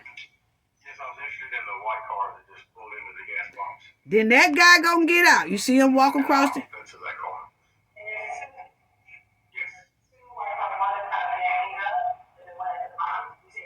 At the gas pump. Now, remind y'all, Stillwell came in first with the Audi. He bagged his car in. His car is already back there, okay? Then this guy here pull up, which is Stillwell know him. I guess he's one of they associates, okay? He pulls up, he goes in the gas station, he buys some things at the gas station, okay? Now the victim haven't showed up yet, okay? The victim that they deleted. He's gonna roll up in a white car. In a red car, family. I'm sorry, excuse me. Okay? So, but now y'all understand that Stillwell pulled up with an Audi first. He bagged in, okay? Then a few minutes later, the white car pulls up to the park. That's Stillwell homie, okay? He pulls up. And it looked like they just happened to be at the gas station come to the gas station at the same time. Now you have to remind you, I don't know how they do in like the northern parts and stuff like that, but I know in Atlanta and throughout the South, it's certain gas stations that a lot of people go to and get their papers for their, good and things like that. It's just a popular gas station that everybody go to, and they get the beer, they get their good paper and all that stuff. It's just kind of like a spot that everybody go to. So it's not uncommon to run into your homies there at the gas station because everybody go to that gas station, okay? So now that guy in the white car has went inside the car. Went inside the went inside of the store. This car ain't got nothing to do with nothing. Now that's the lead detective.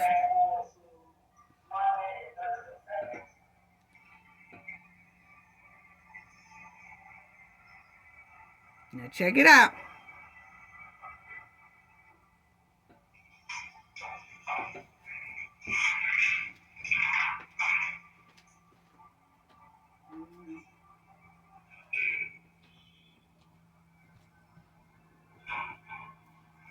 Okay, that's the red car. That's the victim.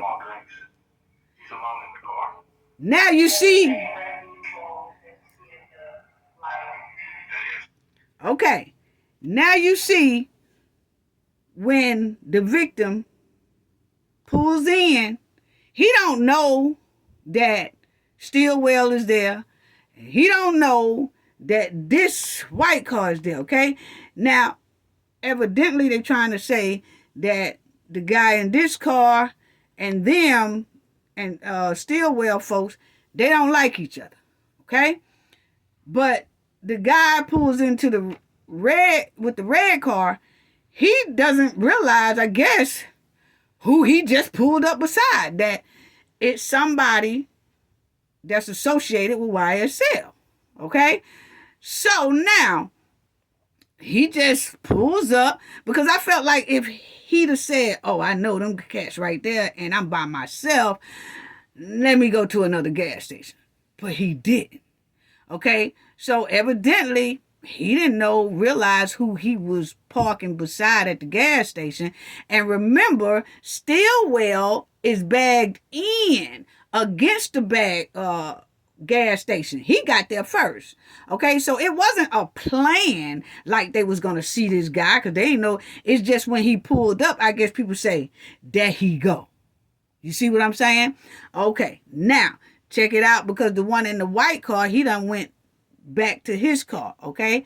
Now, here you go. Yes. And you see the driver of the Ford Fusion walks up and gets in his car. This is the Ford Fusion, the white car.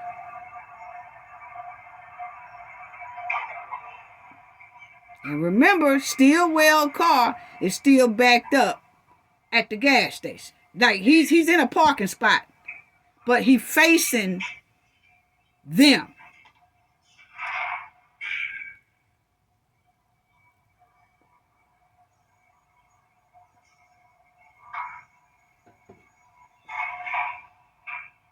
Check it out, because it's going to show when he's being followed, okay? So I just want y'all to see that they're going to show us something to act like we didn't see it. Now check it out. It's taking him a minute to get out that car. Okay, now he getting out. That's the victim. And he walked.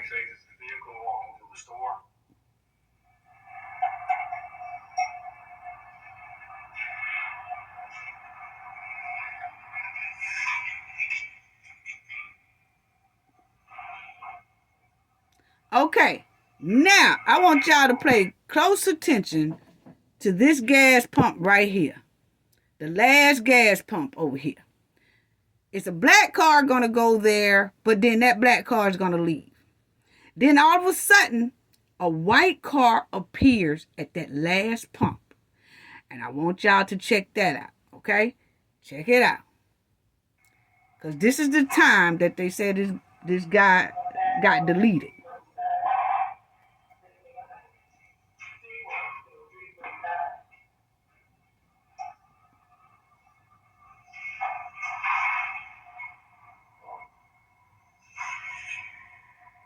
Okay, you see that black car over there, right? Now, you see the guy, he returned back to his car. But they're going to show him inside of the gas station. Now, he pumping his gas. Now, old boy is still sitting in his car. Now, see, that's the victim right there when he came in the store.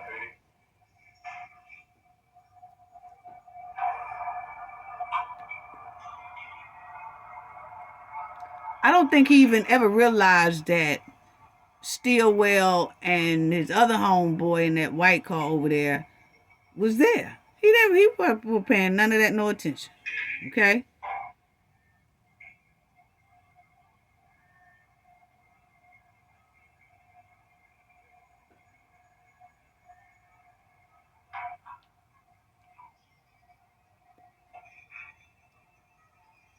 Now, this is the victim here. Then he walks over and talks to that guy because evidently he know that guy. You know how you see somebody in the gas station, you chop it up with them for a minute, whatever. Then, you know, y'all leave or you leave.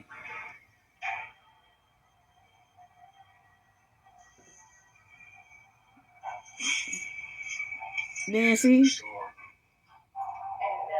Now, that's when he left out and he goes back to his car. Now, that's him pumping gas.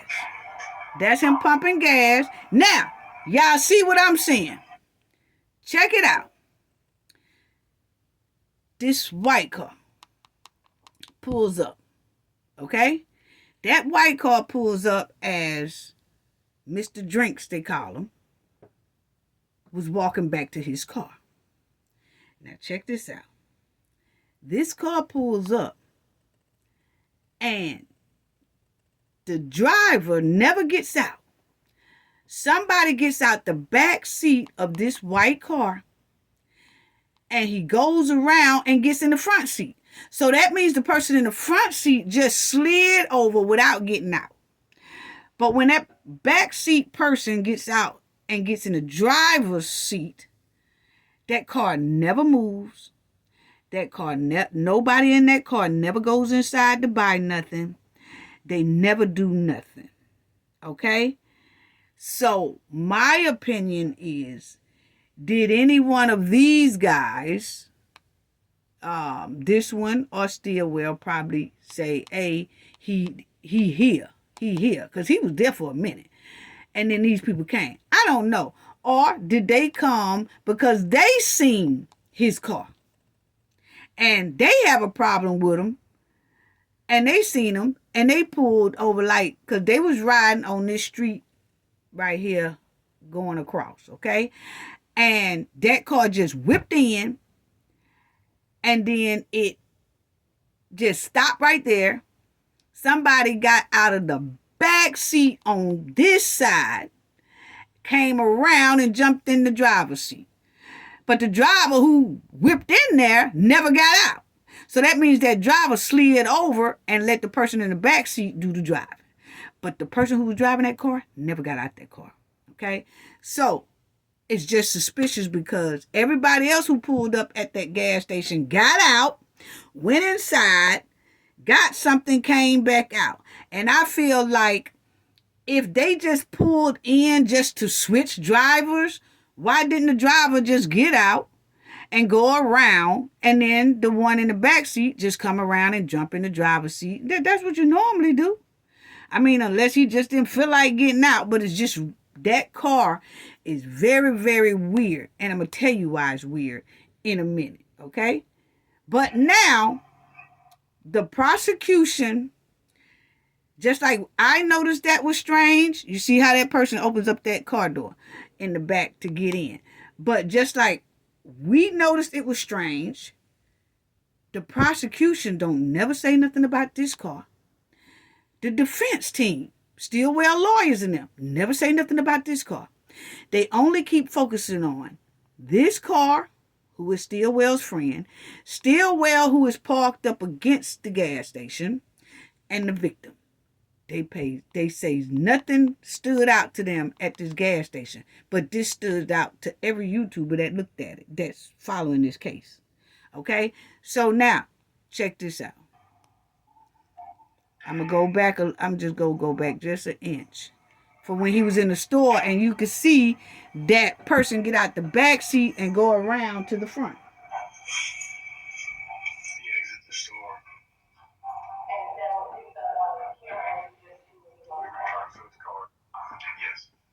See, he gets out the back seat, go around, and jumps in the driver's seat. See? And then they just sit there. Now, check this out.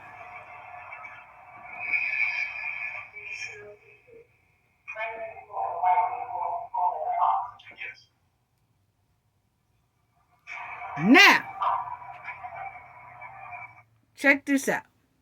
That white car right here just sits there until this white car pull off just when they see that he's finished pumping gas. Okay? Now check this out.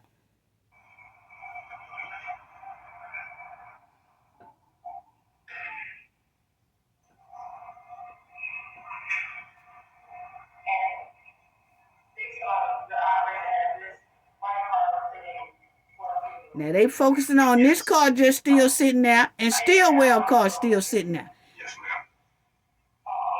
That's correct. You will see Stillwell pull out behind the red car as well. But check this out.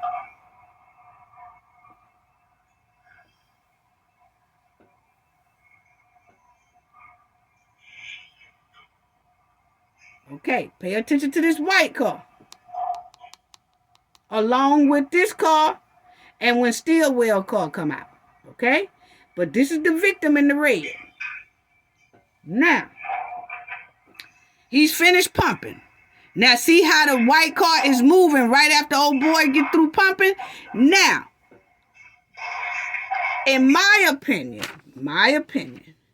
that white car pulls out because they see that the victim here is done pumping. Okay? Don't know if this white car is with the YSL people, this one, and Stillwell in the back, or did this person have a separate beef with this person, with the victim, and they spotted him along that road when they was riding, and they whipped in, and they just sat there and waited. Don't know. But that car stands out. Okay? Besides the white car that one of the YSL boys is in, and Stillwell. Stillwell has a white Audi. This one is a white Ford Fusion. But this car here is another white car that stands out. Okay? Now, this person pulls off right when they know he finna take off. So I feel that this person kind of went out and kind of sat off to the side a little bit until old boy moved. Okay? But we already know that one of the YSL associates, this one, and Stillwell followed the boy. We know that. They went out first. But I'm going to show you where I feel I see that car again. Okay? Well, okay, so now, let's go ahead. Now, that white car is pulling out. Now, watch the victim, who is Drinks. He gonna pull out. Okay? All right, check it out. Now, that car is gone. I think that white car pulled off to the side. My opinion. Now, Drinks is moving. Yes. Okay? Now, watch how this one follow him, and then the Audi. The Audi gonna follow him first. The Audi, that's Drink. That's Car pulls out on Windsor Street. right there. Exit. The Audi follows directly behind.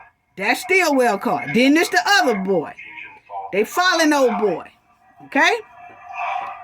Now, this way y'all gonna have to put on your magnifying glass, okay? You really can't see this footage, but check out how you gonna see a white car come around. I'm gonna let him talk too. But you're gonna see a white car come around first. I think that was that white car that went first. Then you'll see the victim car. Then you'll see the Audi, who's still well supposed to be in. Then you'll see that other Ford Fusion white car behind the Audi. Okay? Then we're going to see them at a traffic light. That's what I want y'all to pay attention to. Okay? So, check it out. That's correct, yes.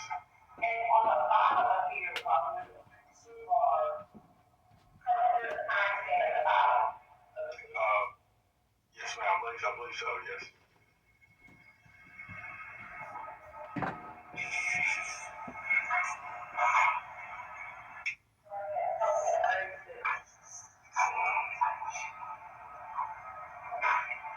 Check it out. You're going to see them cars swing the corner. I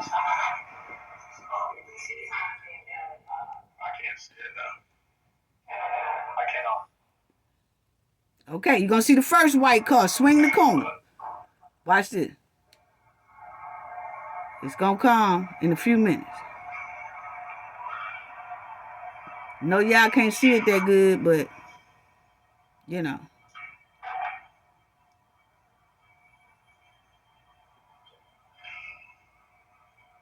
I think here come the white car. It's going to be the white car coming front, swing the corner.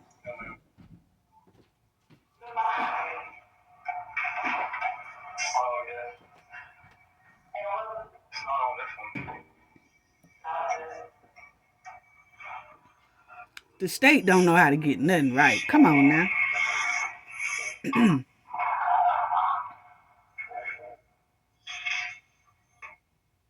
Okay, that's the first white car. You see how that white car spent that corner? Now watch the next car is the red car.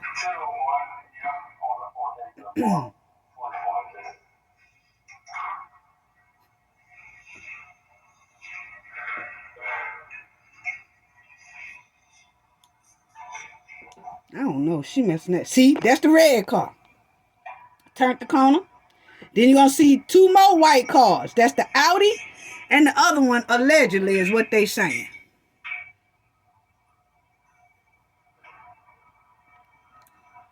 That's the Audi, they saying. And then the second car behind the Audi. There it go. Okay? Then you're going to see them at a traffic light.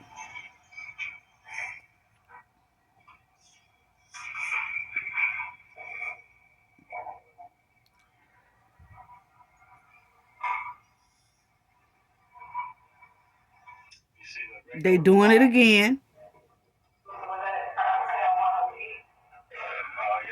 There go the Audi. Then there go the other car. The Ford Fusion. That was at the pump. That's what they're saying. Now they're going to show them at the stoplight. Okay?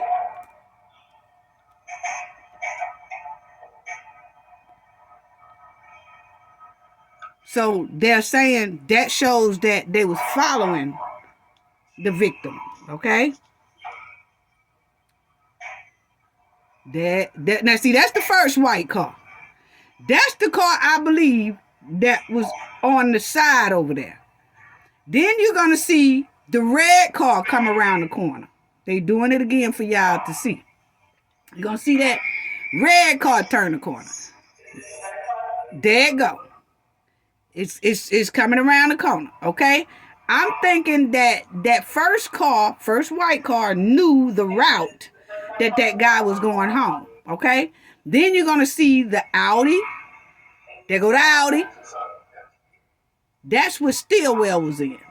Then you're going to see that other white car, that Ford Fusion, that was by the pump by the victim, okay? He turns the corner. Now, this is where the red light is at. Light shine, that's the intersection, the red light intersection just before you go under I-20 at Windsor Street. And is this the light right here?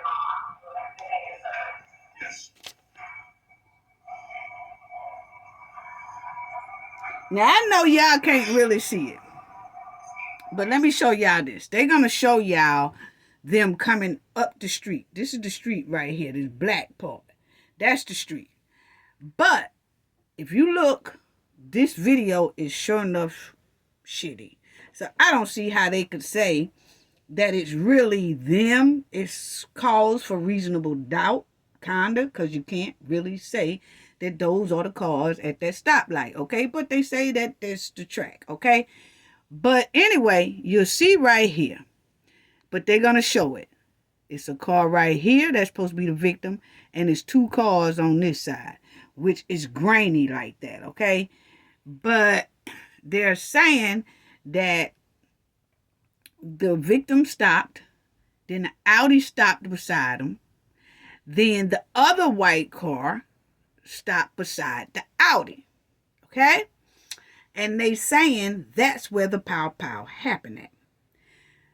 But then, family, you would see where the victim, after Stillwell and them runs a light, you would see the victim get ready to run the light to it coasts, and then the brakes hit, okay? And he takes off his foot off the brakes to go through the light, like still like the Audi and the other car. But he doesn't. He puts back on brakes. Now, the autopsy say if he was found with a pow in the back of the head. Okay? So, the autopsy man said once that had hit him, he would have had no control over his body. He was gone. So, if Stillwell and the other car did that, he wouldn't have been able to take his foot off the brakes, coast a little bit, then put his foot back on the brakes. That's if they did it. Because remind you, they went through the red light, then he coasted, then he took his foot off the brakes, coasted a little bit, then he put his foot back on the brakes. So then that means he wasn't gone. But then another white car pulls up and sits there by that car for a long time. And after that, the car moves no more. The brake lights are still on because, remind you, his foot was on the brake when that other white car came beside him. And like that autopsy man said, once you get hit like that, it's no more movement. So his foot stayed on the gas. That's what it's giving. That's what it's looking like. But I'm going to let it play and let y'all see what I'm talking about because they're going to show those two. But what I'm saying is, see if y'all see that third car come up. It's going to sit there. But my thing is, during this trial, the prosecutors and the defense lawyers never mentions this third car as if we didn't see it. Okay? Check this out.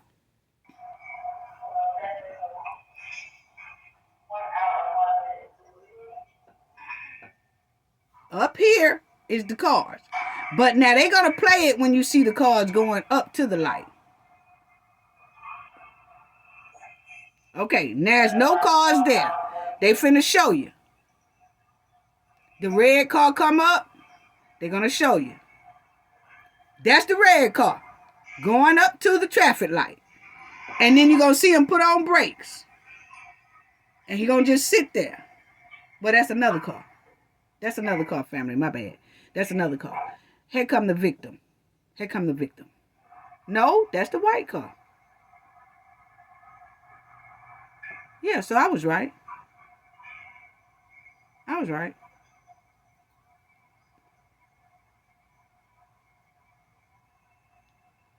No, those cars are gone. Those cars are gone. Here come the victim, family. That's him. That's him. That's the victim. Then there go the Audi, they saying. See, the victim is already up here. Then here go the Audi. Then here come the other one. That's the red vehicle. Yes. Okay? Now they sits there. The first car to follow the red car out is the Audi, the white Audi that's right next to it. Yes. And then that Ford Fusion is right to the right of that. Okay. That's correct. Now, y'all might not can't see it, but his brake lights is on. Then the out. Okay. Now they're all three side by side. Okay. Then you're gonna see the Audi and the other Ford Fusion run the light. I don't know if they got the arguing or something. I don't know. I'm just saying. But the thing is, they run through the light, and oh boy, the victim takes his foot off the gas to coast, and he looked like he wanted to run it too, but it was some cars coming, so he put his foot back on the brakes.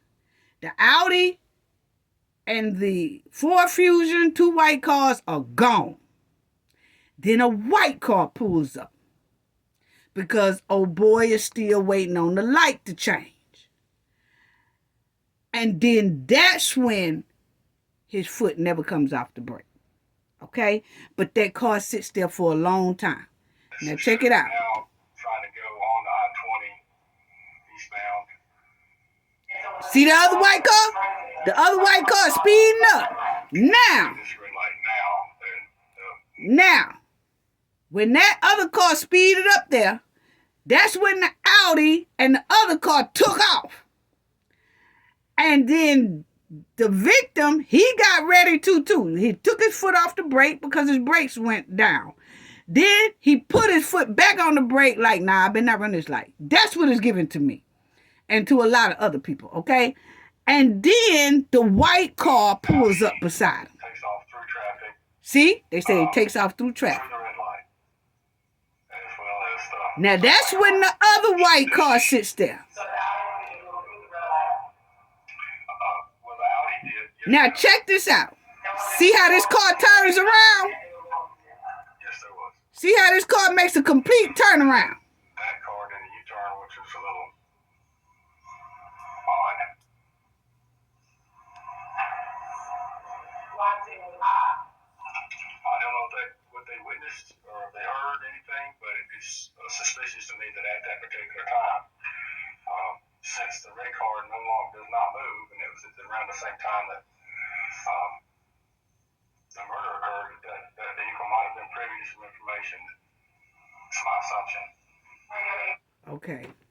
You see how I'm just tripping? Because, check it out, family. You see that other white car races up after the Audi and the Ford Fusion was on the side of that victim's car. Then the Audi and the Ford Fusion takes off through the light. And then this other white car that's coming up goes right side by side with this man. Then all of a sudden, it sits there with the victim.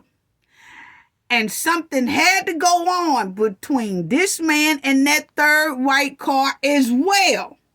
Because that's why that other car made a quick U-turn. Remind you, when this car is making a complete U-turn, the Audi and the Ford Fusion is no longer in sight. So why would they turn around? They turned around because they heard or saw something with that third car on the side of there. And they pulled up and they like, oh, they probably heard pop, pop, pop or something like that. And then they took off. They turned around and went the opposite direction. But then the detective gonna say, oh, that's kind of odd for that car just to turn around like that. No, they turned around because they heard something. If they heard something at that point, wasn't nobody near that car but the third white car. Follow me, family. Check it out again. One more time and then I'm going to close out. Check it out. We done already been through that. I want y'all to see this part. Okay, we done been through that. I want y'all to check out this part right here. At the light. Right here. Okay. That's the victim. That's the Audi. Coming up. Then, that's the Ford Fusion coming up. Now, all of that, now you just got 3 cars. The victim, the Audi, the Ford Fusion. Red car out is the Audi, the white Audi that's right next to it. Yes. And then that Ford Fusion is right to the right of that. Now watch when the white car races up, the Audi and the Ford Fusions take off. Check it out. Yes, there's traffic now trying to go on the I-20 eastbound. There go the other white car, racing up, racing up. That's when the Audi and the Ford Fusion jet. Audi takes off through traffic. Now, look at this car. It stays there. It gets on the side of old boy, and it stays there.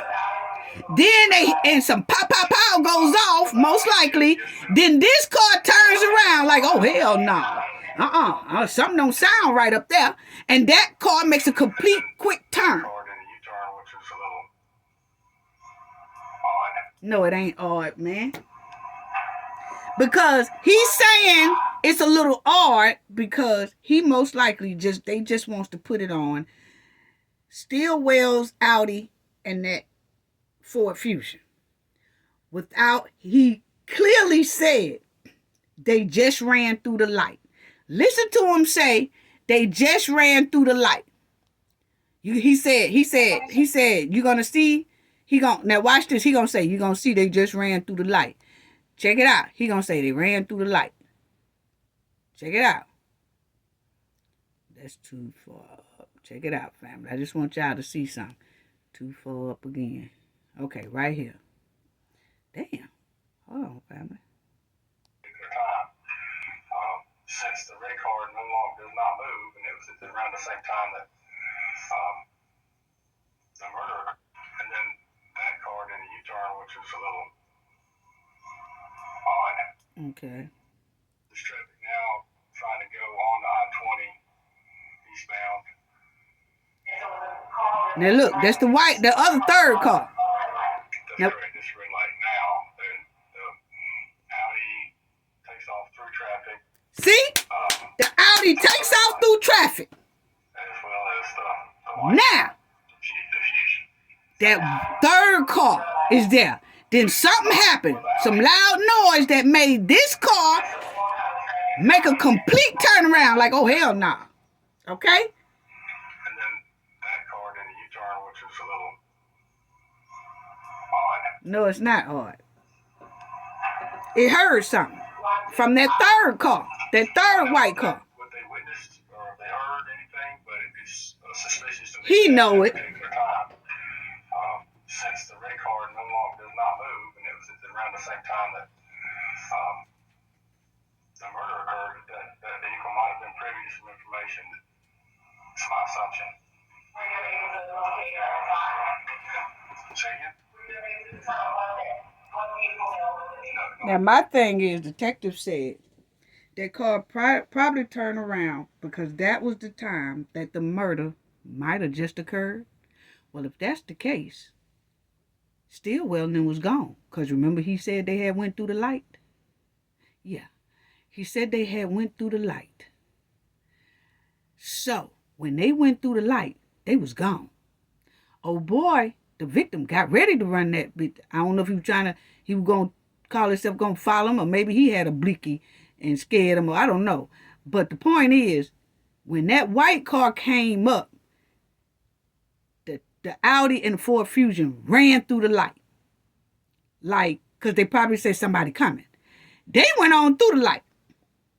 But this third car, which I feel they should ask about that car that was at that gas station, because that car did some strange little thing. And maybe it's nothing to it. But it still could be asked and questionable. But the point is, in this video, it's a third white car. Just like it was a third white car at that gas station. Okay? Now, when that third white car pulls up, the detective said, when that other car turns around, the detective said, well, maybe that's when the murder might have occurred. Well, if that's the case, the Audis were gone. So it had to have been that third car. Because those people did not pull up when the Audi and the other car was there. They didn't. If you look at it.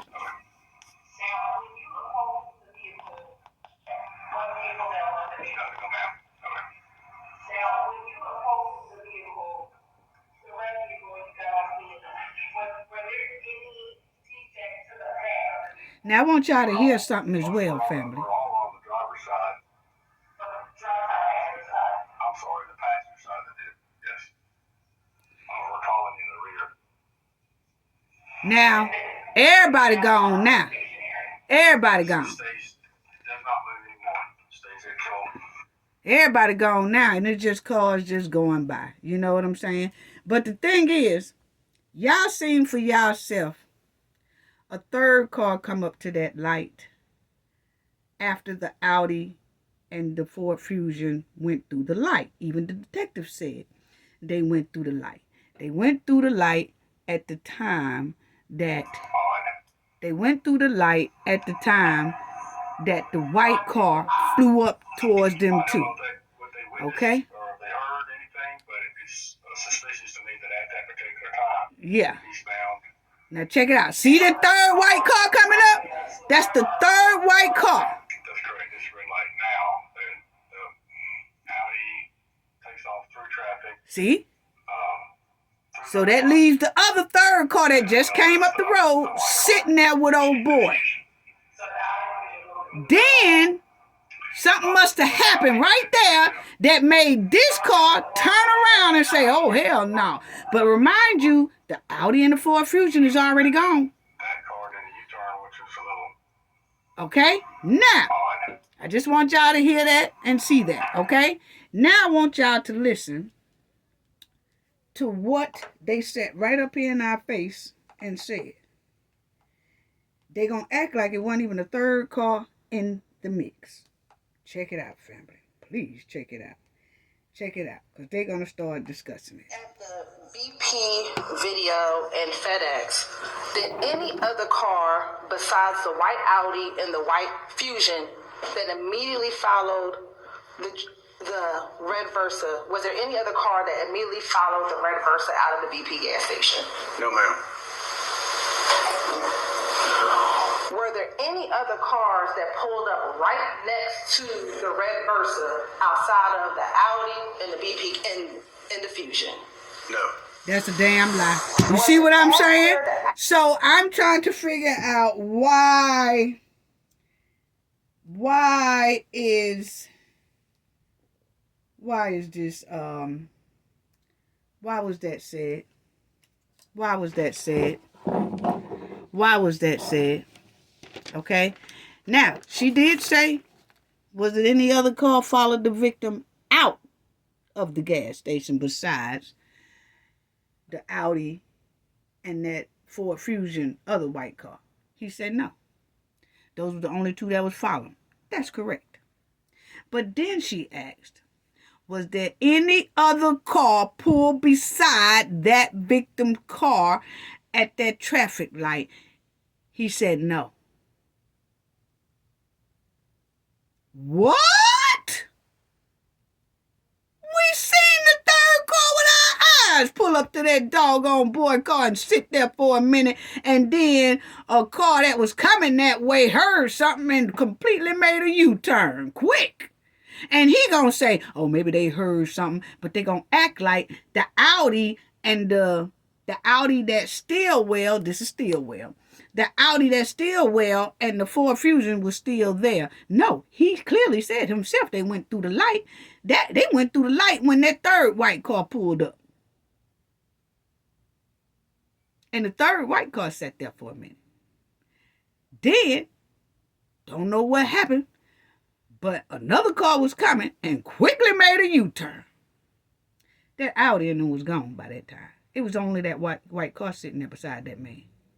Then that car took off and left that man that victim in the car demised. Okay?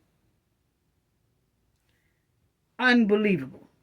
They could at least say, yeah, it was another third car that pulled up, but it didn't have nothing to do with the case. But it was another car that pulled up, because she said, is it any other white car, any other car pull up beside the victim? They said, beside the Audi and the Ford Fusion. He said, no. And we clearly seen that's a lie. They could have said, yeah, it was, but now that third car didn't have nothing to do with it. They didn't. They act like we don't even see the third car. No. Let's not talk about the third car. We just want to specifically pin this with the Audi and the Ford Fusion. Even though we just told y'all they ran the light and was gone when the other third car, white car, pulled up, and it was some type of something that made the other car turn around. Unbelievable. Check this out again. BP, Video, and FedEx. Did any other car besides the white Audi and the white Fusion that immediately followed the red Versa, was there any other car that immediately followed the red Versa out of the BP gas station? No, ma'am. Were there any other cars that pulled up right next to the red Versa outside of the Audi and the BP and the Fusion? No. God almighty. Was it after the Audi and the Fusion pulled up right next to the red Versa, and after they left, the red Versa just sat there for about 27 minutes? That's correct. That's a lie. Yeah, the car probably did sit there 20-something minutes after the third white car left there. But they clearly are saying that the Audi and the Ford Fusion was the only two cars that pulled up to the victim's car. And we've seen clearly that's not the case. They can say, yeah, a third car did pull up, but that car right there didn't have anything to do with it. They are just completely acting like that other white car that rushed up there after the Audi and the Ford Fusion was gone. They want us to act like we did not even see that damn car. Why? Give us some explanation, at least that y'all seen it like we seen it, but just tell us that car right there didn't have nothing to do with it. Actually, that car right there made the 911 call or something. They won't even say that. They act like that car don't even exist. That's why I said it's alarming. And the sad part is, they lawyers didn't say nothing.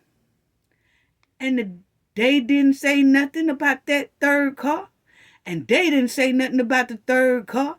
And they didn't say nothing about the third car. What is it about the third car everybody is just dismissing and don't want us to say a goddamn thing about it? And they don't want to say a damn thing about it. Did everybody miss it and just only the YouTubers know how to look at and do a little bit of, they got their eyes open and got on the right pair of glasses? I don't know. Y'all tell me what y'all think, family. That's all I got to say about that. Gain knowledge to prevent blockage. And we all know what that means. The more you know, the harder it is for anybody to block y'all from your goals and success. Bye-bye.